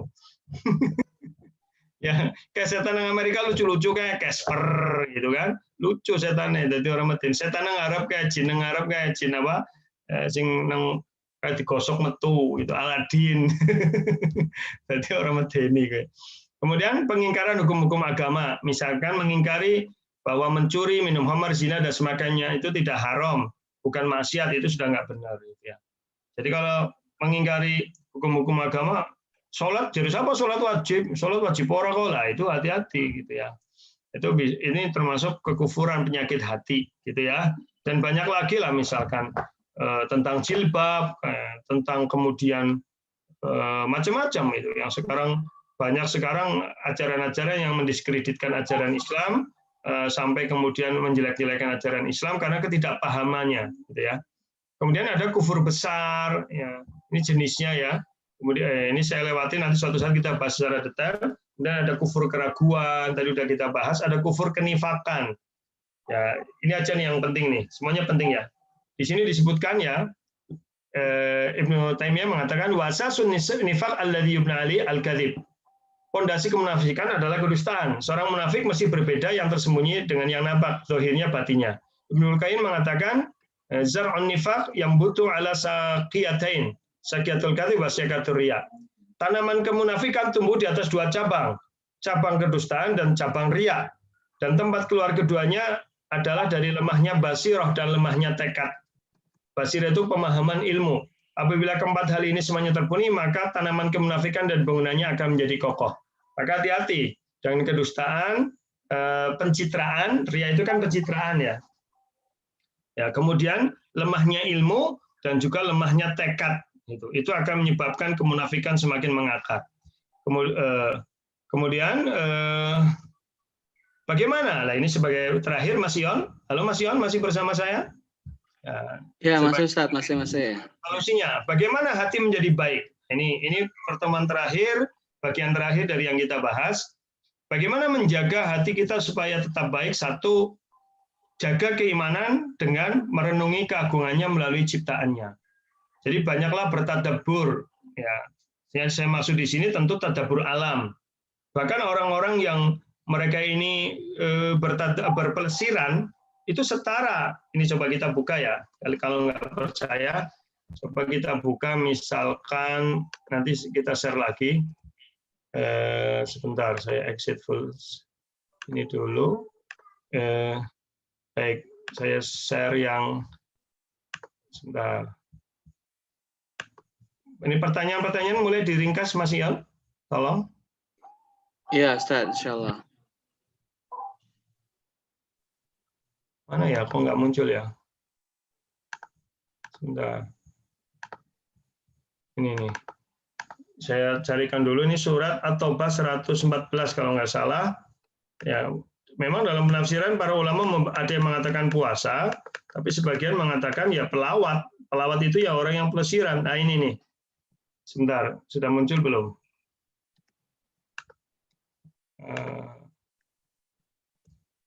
Coba sudah muncul belum? Saya share. Sudah kelihatan Mas Yon? Sudah belum? Sudah. Ya. Coba jamaah kita lihat di sini. At-taibun al-abidun al-hamidun as-saihun. As-saihun. Ya. Di sini as-saihun dalam tafsir dua. Satu orang yang shaimun berpuasa, yang kedua adalah as-saihun itu orang yang melawat, orang yang suka bepergian. Jadi kalau orang bepergian, tapi maksudnya dalam bepergiannya itu dia mengagungi alam, keindahan, termasuk para pencinta alam. Jadi para mahasiswa yang pencinta alam itu harusnya mengagungi alam semesta, semakin beriman pada Allah, jadi rajin ibadah. Ini yang terjadi malah mahasiswa pencinta alam malah pada orang urusan, pada orang sholat, jarang sing sholat, awut-awutan, pada wudud. Jadi mencintai alam, tidak mencintai dirinya sendiri. Tangi sekarepe gitu. Ya kadang-kadang orang genah uripe, alasannya back to nature, ke alam. Itu ketawa saya. Saya juga pernah naik gunung beberapa kali. Kalau alam itu justru sangat teratur, rapih. Matahari terbit, tenggelam, tidak pernah telat. Bulan juga terbit, nggak pernah telat. Ya. Kalau bulan telat kan malah mikir, matang maning apa mas? Jadi itu kan. Jadi tapi kadang-kadang ngaku pencinta alam, dia nggak cinta sama dirinya sendiri. Malah merokok, dengar adzan kupingnya budek. Saya benci banget kalau ada mahasiswa pencinta alam, waktu adzan tetap penekan baik. Ya, pada dolanan wall climbing itu. Bahkan di universitas yang ngakunya Islam sendiri kadang begitu dan cuek, tidak ada yang mengingatkannya. Itu naudzubillah seperti itu ya. Baik, jadi itu. Kembali ke tadi, saya share yang lanjutannya. Ya ini, agar hati menjadi baik, jadi banyak tadabbur. Jadi kalau orang pelesiran, tapi dalam pelesirannya dia tadabbur alam, makanya kalau ada yang ke pantai, ke gunung, ya itu ngelihat mengagungkan Allah. maka dia jangan sampai meremehkan ibadah, justru dia semakin memuji Allah Ta'ala. Ya, itu hati menjadi lunak, menjadi baik. Dahsyatnya kekuasaan Allah, begitu ya. Saya pertama kali naik Gunung Slamet dulu tahun 92 ya. Tahun 92 saya naik Gunung Slamet bersama Mapala Undip itu, ya. Karena mereka baru waktu itu dengan teman-teman Mapala Undip bareng-bareng kita naik ke atas dengan teman-teman dari sekampung saya juga. Begitu nyampe di atas luar biasa indahnya. Kita ngelihat ke selatan, pantai selatan, ke kiri ada Sindoro Sumbing. Wah, ya kan luar biasa. Itu kita jadi merasa kecil gitu. Semakin hati kita menjadi lunak gitulah, ya. Jadi baik gitu. Ya, baik. Kemudian apalagi ternyata kalau yang mahasiswa yang mendaki gunung itu waktu itu hatinya juga baik-baik semua, saling tolong-menolong, bantu-membantu, nawarin makanan gitu ya. Nah itu yang baik gitu. Ya, ini disebutkan surat Jasiyah 3-6. Inna fis samawati wal ardi laayatil lil mu'minin. Sungguhnya pada penciptaan langit dan bumi terdapat tanda-tanda kebesaran Allah untuk orang yang beriman. Ya, wa fi khalqikum ma yabutsu min dabbatin ayatul liqaumin yuqinun. Pada penciptaan kamu sendiri, wahai manusia, pada binatang-binatang yang melata yang bertebaran di muka bumi, dapat tanda-tanda kuasa Allah untuk kaum yang meyakini. Ya, kalau kita mau melihat ular, cacing, bagaimana mereka bisa berjalan dengan cepat, nggak punya kaki, coba. Ndelosor tok, tapi ndelosor bisa kayak gue. Coba manusia tuh, tangannya kayak ndelosor bisa cepat kayak ula ora. Gitu kan. Nek ndelosor nang kasur lah pada cepet. Tapi itu kan kalau kita mikir, cacing gimana? Coba, bagaimana dia nggak punya kaki, nggak punya mulut, kenapa dia bisa bikin lubang di tanah? Ya, tapi kan tanahnya lembek Ustadz loh, itu cacing tanah yang itu nggak lembek, lumayan keras loh. Bagaimana dia bisa bolongi tanah itu? Nah itu kalau kita mikir sampai ke situ, cuma orang pada mikir, tuh cak lontong gue, mikir, nggak jadi cak lontong ya. Gitu ya. Kemudian yang kedua, bagaimana hati supaya lunak, supaya baik, banyak mengingat Allah secara lisan dan secara hati dengan tadabbur ayat-ayat qauliyah yaitu Al-Qur'an. Ya, karena alladzina amanu wa tatmainnu qulubuhum bi dzikrillah. Orang yang beriman dan hati mereka mengingat Allah. Alhamdulillah FKTV Mahat Fastabiqul Khairat sudah membuat rekaman zikir pagi dan insya Allah zikir sore menyusul ya. Panjenengan bisa cek zikir pagi di FKTV www.efka.tv,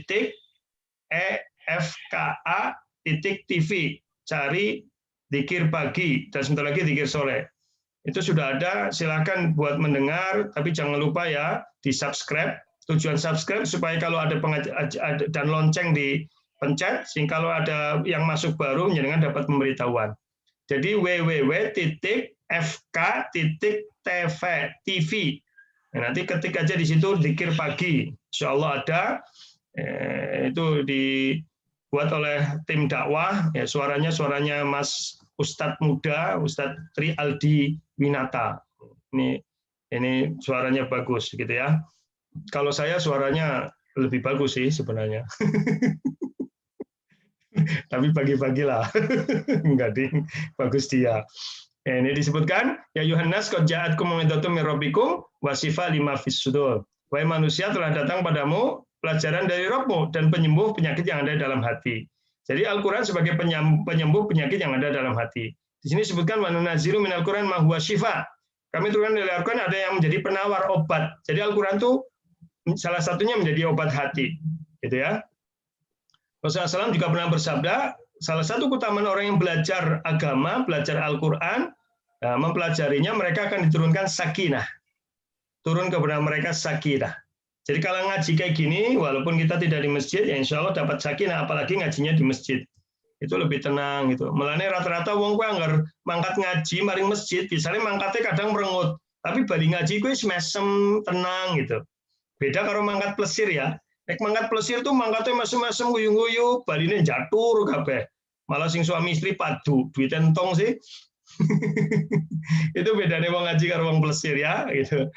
Kemudian berbuat baik terhadap anak yatim dan orang miskin. Jadi supaya hati kita lunak justru sedekah sama anak yatim, sedekah sama orang miskin. Ya, pernah suatu saat ada seorang mengadu kepada Nabi tentang hatinya yang keras. Nabi justru bersabdanya apa? In aradta ayyalina qalbuk, ya, fa'imil miskin, wamsah ra'sal yatim. Jika engkau ingin agar hatimu menjadi lunak, maka berilah makan orang miskin, usaplah kepala yatim. Gitu kan? Jadi itu akan membuat hati kita menjadi lunak. Nah, terus tapi kadang-kadang ngeyel ya, lah nyong usap sirai bojoku bae, bojoku yatim. Usap sirai bojone jenengan malah dijoglo sisan ya. Kemudian sholat dan membiasakan berinfak. Jadi ini biasakan. Karena sholat dan infak menghilangkan keluh kesah yang berlebihan. Innal insan khuliqa halu'a idza masal syarru jazua wa idza masal khairu manua. Sesungguhnya manusia diciptakan bersifat keluh kesah lagi kikir. Bila ditimpa kesusahan dia berkeluh kesah, bila mendapat kebaikan dia kikir, kecuali orang-orang yang sholat. Dan syaratnya sholatnya itu daimun, istiqomah, tetap. Ya, dan orang-orang yang hartanya tersedia bagian tertentu untuk orang miskin. Jadi di ayat ini solusi untuk menghilangkan sifat keluh kesah, sifat keresulan itu ternyata sholat dan sedekah. Perbanyak infak, perbanyak sedekah. Dan yang terakhir, perbanyaklah doa. Di antara doanya ini saya ambil dari surat Al-Imran dan riwayat Muslim nomor 7081. Silahkan doanya bisa di crop boleh, untuk status silahkan, tapi nanti juga akan saya share ya. Rabbana la tuzigh qulubana ba'da idh hadaitana wa hab lana min ladunka rahmah innaka antal wahhab. Ya Allah, jangan Engkau jadikan hati kami ini condong kepada keburukan, gitu ya. Gitu. Jadi ini kita memohon kepada Allah supaya hati kita tetap berada dalam kebaikan. Ya, kemudian doa yang kedua, Allahumma inni a'udzubika min ilmin la yanfa wa min qalbin la yasha wa min nafsin la tashba wa min da'watin la yustajabu laha. Ya Allah, aku berlindung padamu dari ilmu yang tidak bermanfaat. Maaf ini saya salah ya. Yang tidak bermanfaat. Nanti malah bahaya ini kalau salah doa. Ya. Jadi Allahumma inni a'udzubika min ilmin la yanfa wa min qalbin la yakhsha ya wa min wa min nafsin la tasba wa min da'watin la yustajabulha. Ya Allah, aku berlindung kepadamu dari ilmu yang tidak bermanfaat, kemudian dari hati yang tidak khusyuk. Lah itu. Jadi hati yang tidak khusyuk, yang jauh dari kebenaran. Maka begitu ya yang bisa saya sampaikan. Monggo Mas Yon, ada hal-hal yang perlu kita bahas, silakan. Silakan Mas Yon. Ya Ustaz, syukran jazakallah khairan atas pemaparan materinya. Bapak Ibu yang senantiasa dirahmati Allah Subhanahu wa taala, tiba saatnya untuk kita sesi tanya jawab. Silakan apabila ada pertanyaan, Bapak Ibu bisa mengetikkan atau menyampaikan pertanyaan melalui chat room yang ada di Zoom ini. Di bagian bawah itu ada logo chat, tinggal diketik saja di situ, atau bisa raise hand untuk bertanya langsung kepada Ustadz Mintaraga. Ustadz, kita sudah ada beberapa pertanyaan masuk, mungkin langsung saja kita bahas satu persatu. Yang pertama, Bismillah. Assalamualaikum warahmatullahi wabarakatuh. Ini dari Ibu Windiartati, Ustadz. Itu yang mana? Yang di YouTube apa yang di Zoom chat terlebih dahulu? Oh baik, silakan. Mohon pencerahannya Ustadz, bagaimana cara mengatasi hati yang mudah cemas dan panik sebagaimana yang saya alami akhir-akhir ini setelah anak saya mengalami kecelakaan, dari Ibu Windiartati. Ya, baik Ibu Windiartati, tadi sebenarnya caranya sudah saya sampaikan di akhir kajian saya ya, di akhir kajian kita tadi.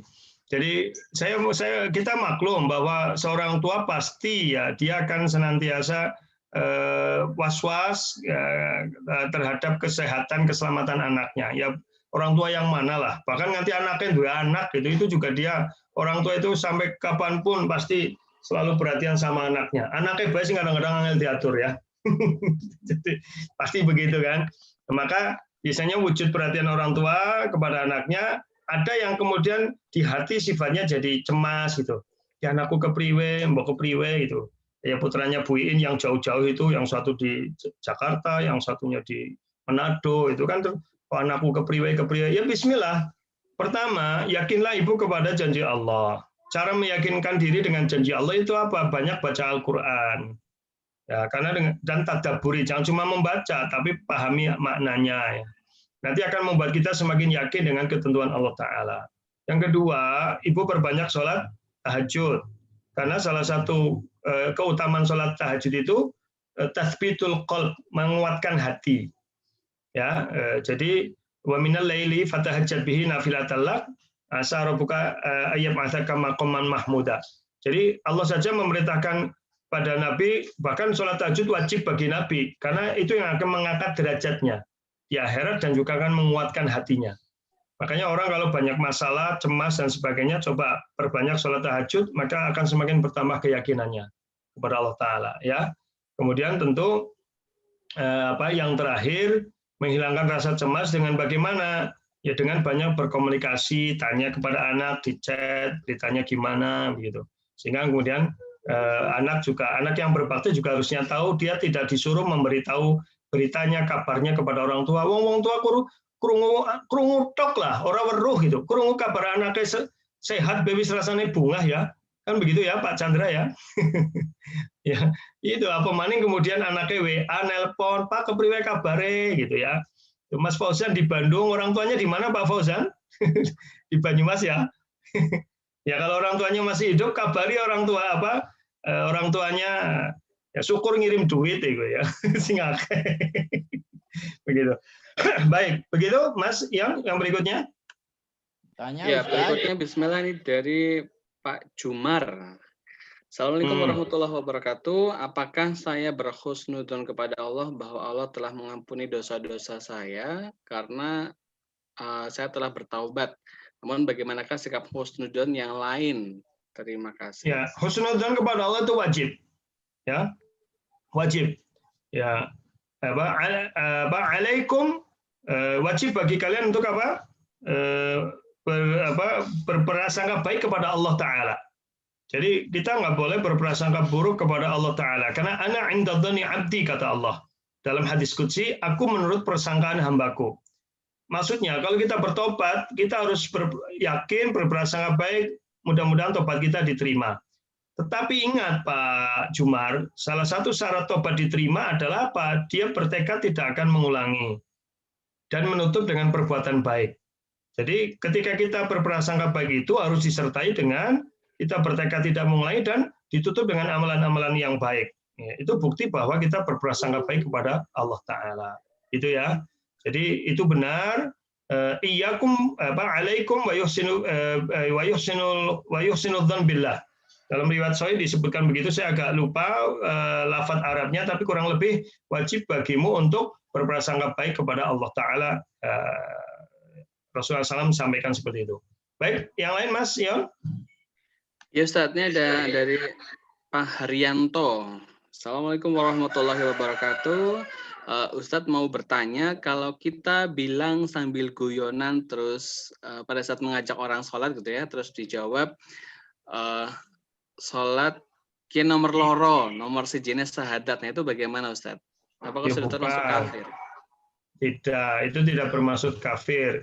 Karena Allah Ta'ala mengatakan, La yu'akhidumullahu billagwi fi imanikum. Allah tidak menghukummu yang billagwi, yang tidak sungguh-sungguh dalam sumpah-sumpahmu. Maksudnya, kembali kepada hati, dia ngomong itu kan tujuannya bukan itu. Tujuannya hanya untuk menyebutkan bahwa sholat nomor 2, sementara syahadat nomor 1.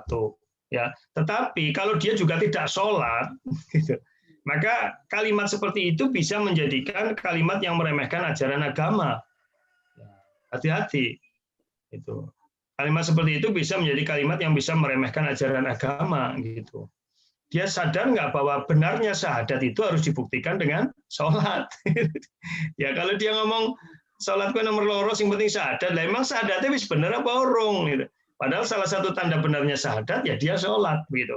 Nah, tapi kalau dia menggunakan itu memang niatnya untuk main-main, untuk ngeledek, ya dia sudah menjadikan ajaran agama sebagai permainan. Itu akan mendapatkan laknat dari Allah Ta'ala, bahkan mungkin Allah menghukumnya dengan mengunci hatinya. Tapi jangan berhenti untuk selalu mengajaknya sholat. Mungkin kalau cara kita selama ini konvensional, cobalah dikasih cara yang lebih modern supaya orang itu bisa untuk sholat gitu. Misalkan jajal dikirimi sarung disit, dinaik kelambi koko, gitu. Dinaik sarung karo kelambi kok kowe ming masjid ya gue. Ya gue harus dikirimi kayak gue kan ya, jadi sergeming masjid. Konek semaring masjid dicurna disit, sholatnya misalnya esiman dan nang pojokan, urung gelem rapet sofe, ya paling pandemi apa ya. Ya terus cepet banget ya curna disit, awang nembe awal sholat aja diomong. Kadang deweng oleh dakwah ora bener, wong nembe wong maring masjid domong.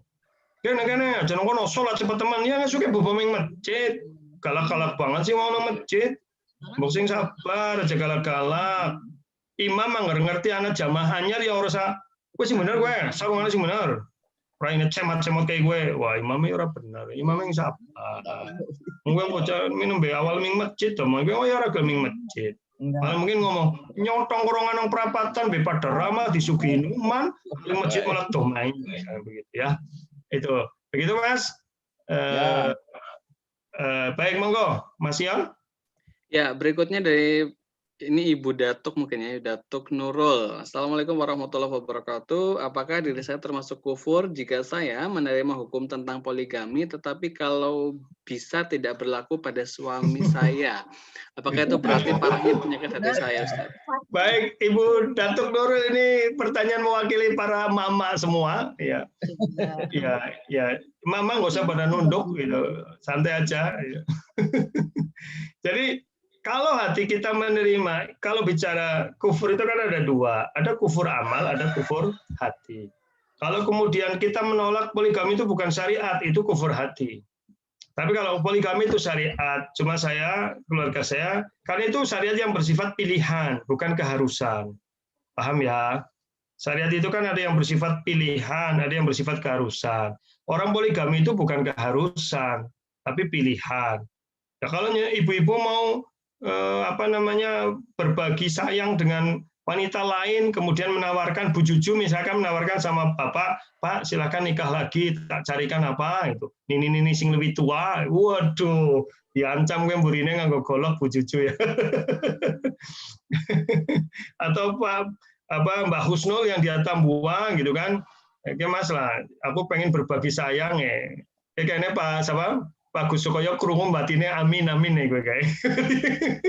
Terus berbagi sayangnya silakan saja, itu pilihan. Tapi jangan mencela, mencaci orang yang bisa begitu. Kalau jenengan tidak bisa begitu ya sudah. Nah, tapi jangan mencela, apalah kayak wong wadon atine mati dia memang bisa berbagi kepribadian, nyatane bisa kok. Ya, jenengan ora teng ora usah protes ya. Tayang ora protes. Iya. Cal tawani bapake wani ora gitu ya. Itu misalkan begitu ya. Ya, jadi saya kira itu. Kemudian yang berikutnya Mas Yang, ada pertanyaan lagi?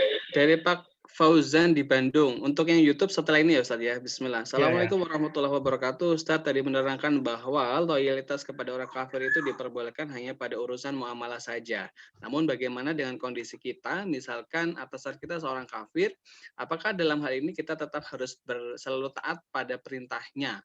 Karena terkadang dia juga sengaja menghalangi kita untuk taat kepada Allah seperti menyuruh menyelesaikan pekerjaan pada saat waktu sholat tiba. Terima kasih Ustaz.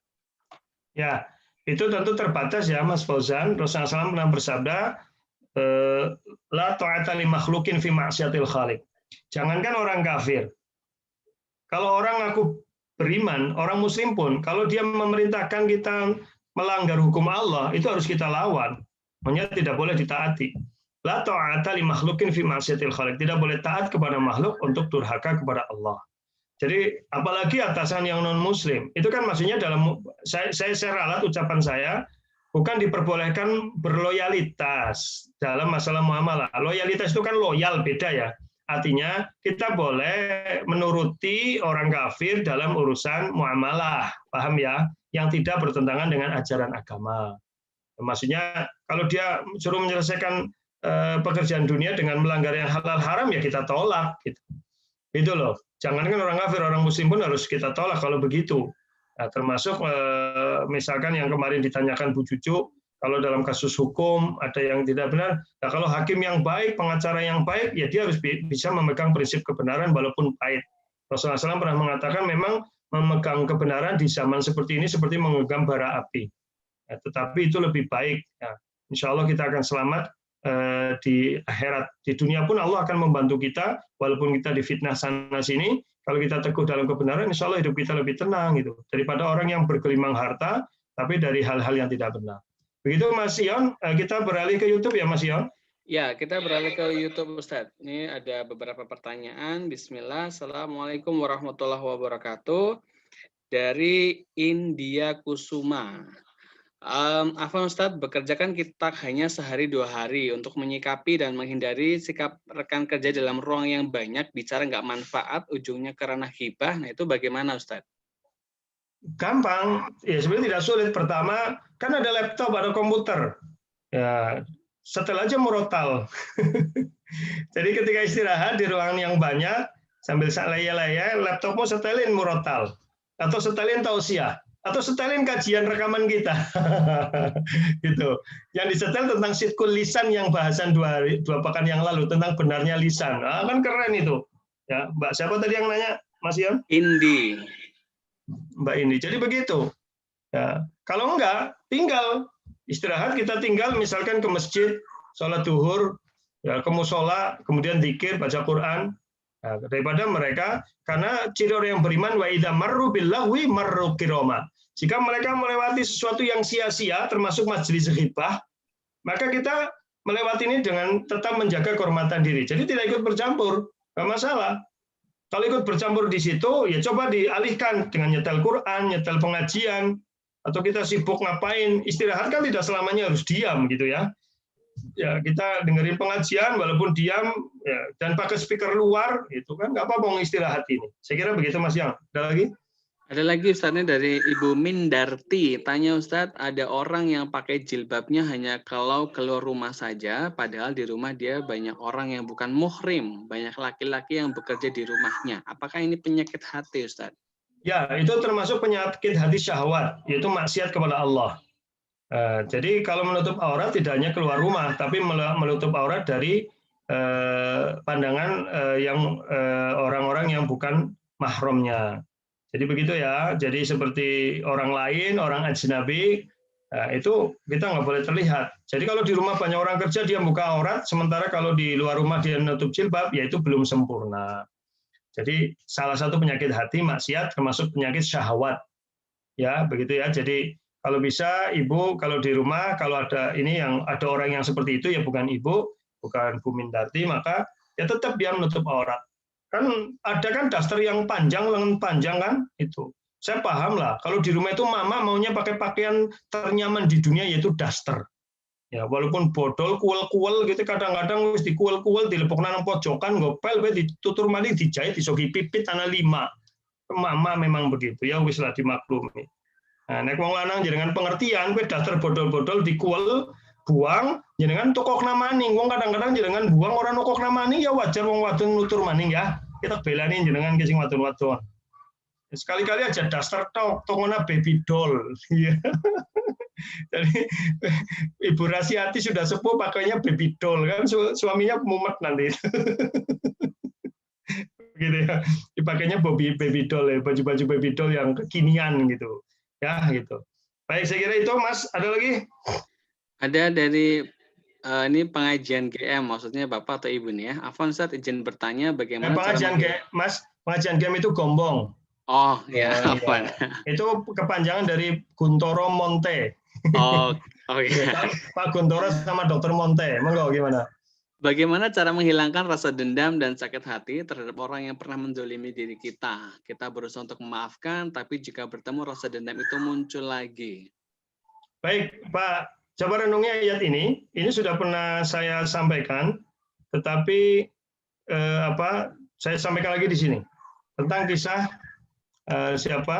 surat An-Nur yang tentang gimana nggak marahnya siapa? Abu Bakar. Karena putri beliau itu difitnah oleh orang yang kemarin sudah saya sampaikan, orang yang selama hidupnya beliau bantu. Sehingga beliau marah sekali sampai beliau mengatakan, aku tidak akan bantu lagi mereka. Nah, tapi kemudian Allah mengingatkan tidak boleh begitu. Sebentar ini. Nah ini lihat Pak Guntoro dari pengajian GM ya, surat An-Nur ayat 22. Wala ya'tali ulul fadli minkum wasa'ah ayyutu ulil qurba wal masakin wal muhajirin fi sabilillah wal ya'fu wal yasfahu ala tuhibbuna yaghfirallahu lakum wallahu ghafurur rahim. Dan janganlah orang-orang yang mempunyai kelebihan dan kelapangan di antara kamu bersumpah bahwa mereka tidak akan memberi bantuan kepada kaum kerabatnya. Jadi Abu Bakar bersumpah tidak akan lagi membantu lagi saudaranya itu, kerabatnya itu, yang kerabatnya itu ikut andil dalam menyebarkan fitnah bahwa putrinya berzina. Ya. Itu Aisyah. Padahal Aisyah itu istri Rasulullah. Ya. Orang-orang yang miskin dan orang yang hijrah di jalan Allah, hendaklah mereka memaafkan dan berlapang dada. Ini perintah Allah, Pak pengajian GM. Jadi kita disuruh memaafkan dan berlapang dada. Gimana caranya? Ternyata Allah menjelaskan, ala tuhibbuna yaghfirallahu lakum. Apakah kamu tidak ingin Allah mengampunimu? Dan Allah Maha Pengampun lagi Maha Penyayang. Artinya begini, kita dendam karena disakiti orang lain. Tetapi kita juga punya banyak dosa kepada Allah. Jadi caranya, Pak Guntoro, mungkin ini Pak Guntoro yang bertanya, caranya adalah kita bagaimana pengen diampuni dosa kita oleh Allah. Maka ketika kita berusaha memaafkan dia, jangan ingat dia. Saya memahami lah. Anggar wis dilarani wong kuwi ndeleng raine be mededeg ya. Nyus tahu kerasa soalnya. Ndeleng raine krungu jenenge itu bahkan mambune wae kesuh rasane. Menjelai kayak gue lah ya. Makanya saya memaklumi itu. Tetapi coba jangan lihat itu. Kita lihat Allah. Maksudnya apa? Kita lihat banyak dosa, kita pengen dosa diampuni Allah. Jadi bahasa kasarannya, aku memaafkan kowe bukan karena kowe, tapi karena aku pengen mengharap ridho Allah. Udah begitu. Jadi, karena kowe nyok dendam orang rampung-rampung ke. Tapi karena saya banyak dosa, saya pengen diampuni Allah, saya maafkan kamu. Begitu.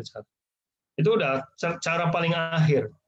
Sebagaimana seorang wanita kadang bisa berbakti pada suami, itu karena Allah, bukan karena suami nih. Soalnya nggak dalam raine suami ini mededegi sih ya. Maka istri itu bisa ikhlas berbakti pada suami, bila istri itu berbakti karena mengharap ridho Allah. Suami juga begitu. Ya, suami itu bisa berbuat baik pada istri dengan baik ya karena mengharap ridho Allah. Kalau hanya mengharap kebaikan istri, kadang-kadang tidak sesuai dengan keinginannya. Kebalikannya juga begitu. Ya, istri bisa berbuat baik pada suami karena mengharap ridho Allah. Saya kira begitu. Perhatikan ayat ini. Ayat ini saya kira sudah sangat jelas.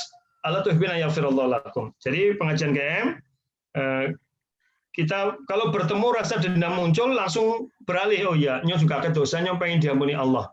Abaikan dia. Begitu. Begitu Mas Ian? Ada lagi? Ada Ustaz. Ini dari Pak Zaidal Ghafur. Assalamualaikum warahmatullahi wabarakatuh. Ustaz. Waalaikumsalam warahmatullahi wabarakatuh. Ya. Bagaimana cara mengingatkan anak agar lebih baik ibadahnya, terutama yang laki-laki agar mau sholat wajib di masjid? Terima kasih atas pencerahannya. Ya, nanti kita bahas dalam tema-tema ke depan tentang pendidikan anak ya Mas Ian ya. Biar kita lewatin ini. Ya, Pak Zaidul Ghafur, depending jawabannya nanti kita bahas dalam pendidikan anak. Begitu ya. Siapa lagi Mas? Yang terakhir mungkin ini yang di YouTube itu ada Heni Hartati, Ibu Heni Hartati. Kalau menghindari seseorang karena takut kecewa, apa termasuk memutuskan silaturahmi, Ustaz?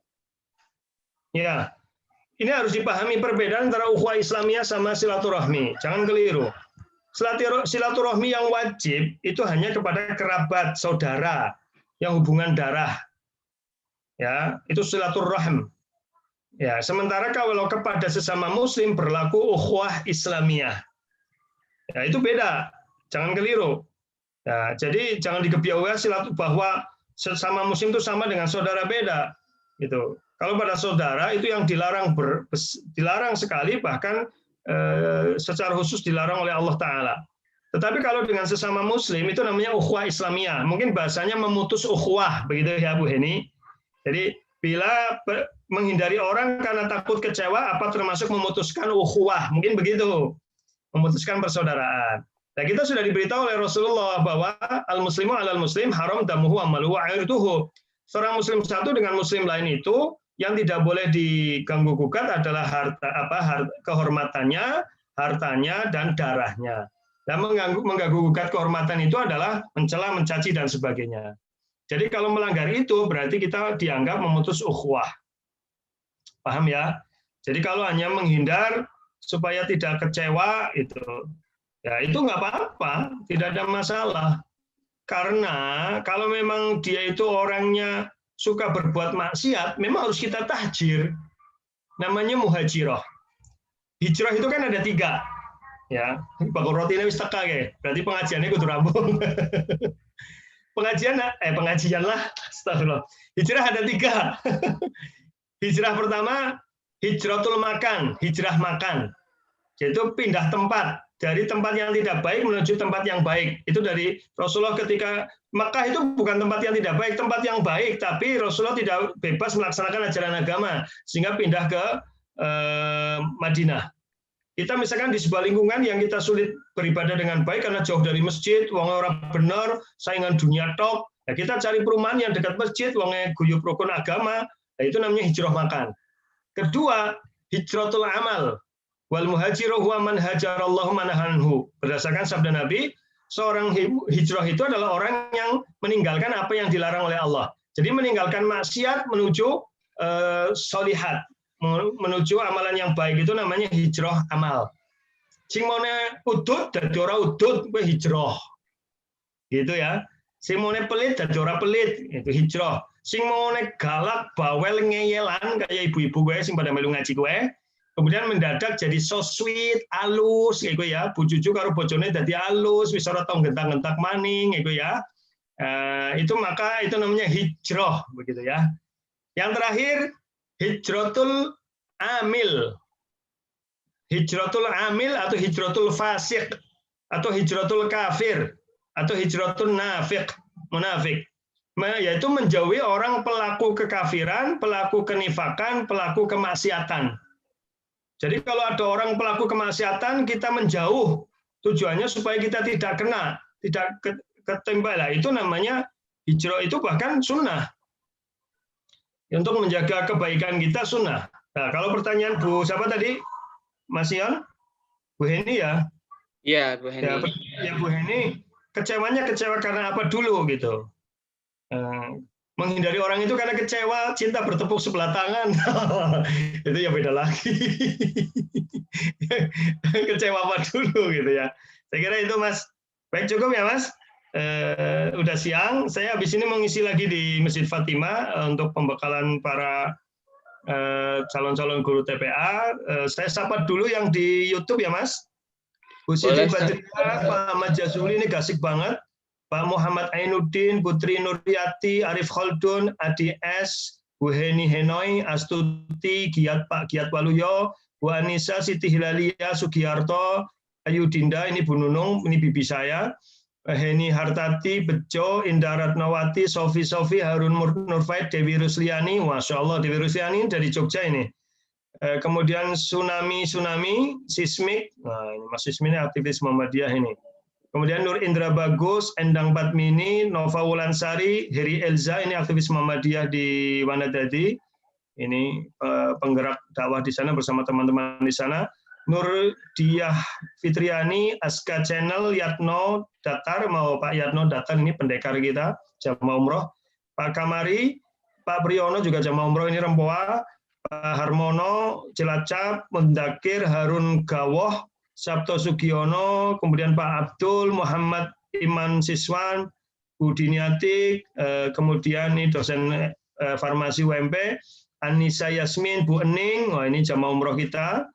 Bayi Wahyu, kemudian Pak Harmono sudah tadi, Pak Eko Sustriono, ini juga jamaah umroh kita, Pak Tukijo, Pak Mundakir, Bu Dakwati, Bu Widi Widati, Pak Azid Barokah, ini juga penggerak dakwah di Wanadadi, ini juragan apa saja, ini juragan banyak lah, Pak Azid ikut nyimak.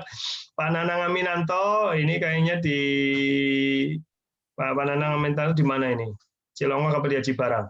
Fajar Muhammad Fauzi, Pak Nur Samsi di Medan, Barokallah, Istiqomah, Ulya, Stop Wedding, Mas Andri, ini yang punya IO. Ya kalau ada yang mau nikah bisa pakai Ulya Catering dan Ulya WO, EO ya. Fokus Rubiani, Pak Rubi, kemudian Pak Supriyatno, Pak Bu Tresna, ini aku domain ngomong Tresna. Kemudian Mindarti, Pak Tomo Heri, India Kusuma, Rustiono Safar di Solo, Masya Allah. Kajian kita juga ada yang menyimak dari Solo. Pak Syahidi di Tambak Sogro kayaknya. Siti Sundari, kemudian Pak Pak Kuntoro, Pak Adit yang di pengajian GM, dan seluruh jamaah pengajian GM mungkin, Pak Zaidul Ghafur, Bu Sri Rahyoningsi. Ini pertanyaan yang nanti kita nyusun, kita simpan dulu Mas Yon, nanti kita tanya pada pertemuan, kita jawab pertemuan depan ya Mas Yon. Insya Allah. Kemudian insya Allah, kemudian sudah cukup ini yang Pak Ari Yusminto yang di YouTube. Ya, Barokallah, terima kasih, mudah-mudahan bermanfaat. Kemudian yang di Zoom ada Mas Rahmat Hidayat, ya. Kemudian ini yang FK Daring siapa saya nggak tahu, ini namanya FK Daring, jadi saya nggak bisa namanya FK Daring ya. Pak Gunawan di Mandiraja, Bu Cucu dengan suami, alhamdulillah. Salam buat Pak suami, Bu Cucu. Assalamualaikum Pak suami. Ya, sabar ya. Kemudian Pak Saguri Dahlan, Pak dan Bu Sri Chandra, Pak Ihnaton di Haji Barang, Pak Diwiono yang rajin ngaji pakai sarung, tapi celanan gue mbok gitu. Pak Untung, Bu Sisyari, Pak Fauzian di Bandung, Pak Tarjo, Pak Gus Sukoyo di Atambua. Wah, begitu ngomong poligami metu Pak Gus Sukoyo. Mau tahu orang metu sibuk. Begitu ngomong poligami Pak Gus Sukoyo metu. Kemudian Pak Slamet Pamungkas, Masya Allah, Bu Siwi Lestari sampai keluar rumah nyari sinyal, apalagi dodolan. Pak Yanto Anugrah, wah ini juragan aksesoris mobil. Mas Abu Musa, Masya Allah, Barakallahu Fik. Muhammad Dito, Barakallahu Fik. Cici Fatmawati, Arif Sulistyo, Pak Sodirun, Abu Syauki, Mas Farhan, ini juragan Tengkleng Cilacap. Wah, ini sih temu Mas Abu Syauki, salam buat Mbak Hamsatun, Samhatun kok Hamsatun, salah. Indah Buin, kemudian Galaxy A10 siapa? Buniken di Malaysia, Buniken Malaysia, itu di Malaysia atau namanya Malaysia ini? Bu Isra perawat kita ini, Mbak Uus Jamil, Nur Hasanah juga ibu perawat Puskesmas Kembaran, Pak Amin, Galaxy A20, Bu Cirianto Hartini, Husnul Asfia, ini pegawai setrum menyetrum PLN, Umu Nadif, ya. Terus siapa lagi? KL Azizmu Baturaden, Amin Setiadi tadi, terus Vivo 1690, Sri Rahayu, Kusianti, Dedi Setiadi, ini mungkin apoteker ya, Bu Nuning Rustati, Bambang Sutomo, Suhiryanto, ini Pak Penghulu, kemudian mana ya, lari-lari ini. Muhammad Haris, ini manajer bank kita, jamaah haji kita, Mugiono, kemudian Pak Al-Aman Cikidang, Muhammad Wildana, apa siapa ini?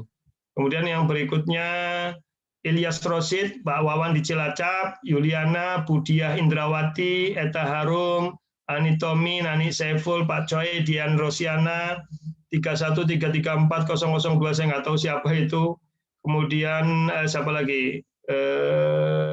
Satiman, oh Mas Satiman ikut ngaji, Mulyadi, Pak Kiai kita Arifin Mukti, Pak Tauhid, Pak Sukarman di Purbalingga, Pak Amilo di GTSI, Toto SMK Muhammadiyah, Sampang kayak yang salah, Pak Herdi, Pak Jumadi, Restu Utami, Bu Feti, Adib Nugroho, NN, Bu Hening, Huai, nggak ada namanya ya, Mbak Nur Hikmah, Suroya, Zahra Ulia Hakim, Marifatul Munjiro, Amin Ma'ruf, Cilacap, Sampang ya, Datuk Nurul, Galaksi, Wijiani, Mbak Uud, Dian Utami, Bu Renti, Galaksi berapa ini, Widyartati, Tri Rohayati, Ramadan Fadi, Mas Fuad ini, Sherly, Bu Sherly Cilacap, Pertamina, Assalamualaikum Bu Sherly, salam buat jamaah di situ, Siti Hafsah, Ubi Arbi, mana Ubi Arbi?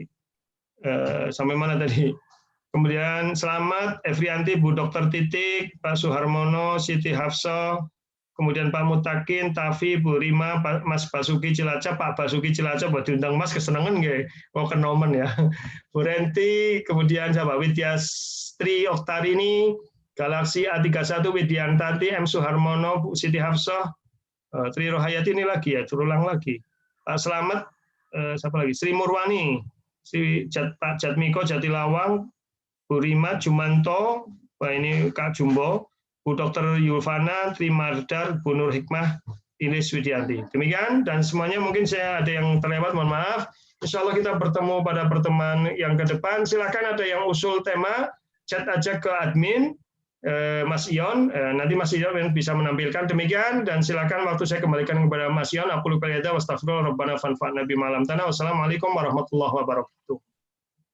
Waalaikumsalam warahmatullahi wabarakatuh. Alhamdulillah rabbil alamin. Bapak Ibu yang senantiasa dirahmati Allah Subhanahu wa taala. Alhamdulillah kita sudah mengikuti kajian bersama Ustaz Mintar Gaiman Surya. Insya Allah kita akan berjumpa kembali pekan depan dengan materi baru insya Allah. Nah, Bapak Ibu bila ada saran materi silahkan dikirimkan saja ke nomor admin kami 081215163414. Bapak Ibu yang senantiasa dirahmati Allah, kami sampaikan jazakumullahu khairan atas infak donasi yang Bapak Ibu telah kirimkan ke rekening kami di Bank Muamalat nomor 56300002175. Kami sampaikan jazakumullahu khairan.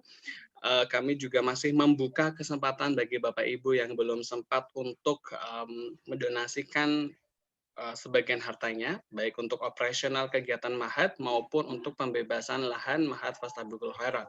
Insya Allah, bila Allah mengabulkan, kita ada program untuk membangun sebuah asrama mahasiswa dan siswa dengan kurang lebih lahan ada 554 meter kubik ya, meter persegi.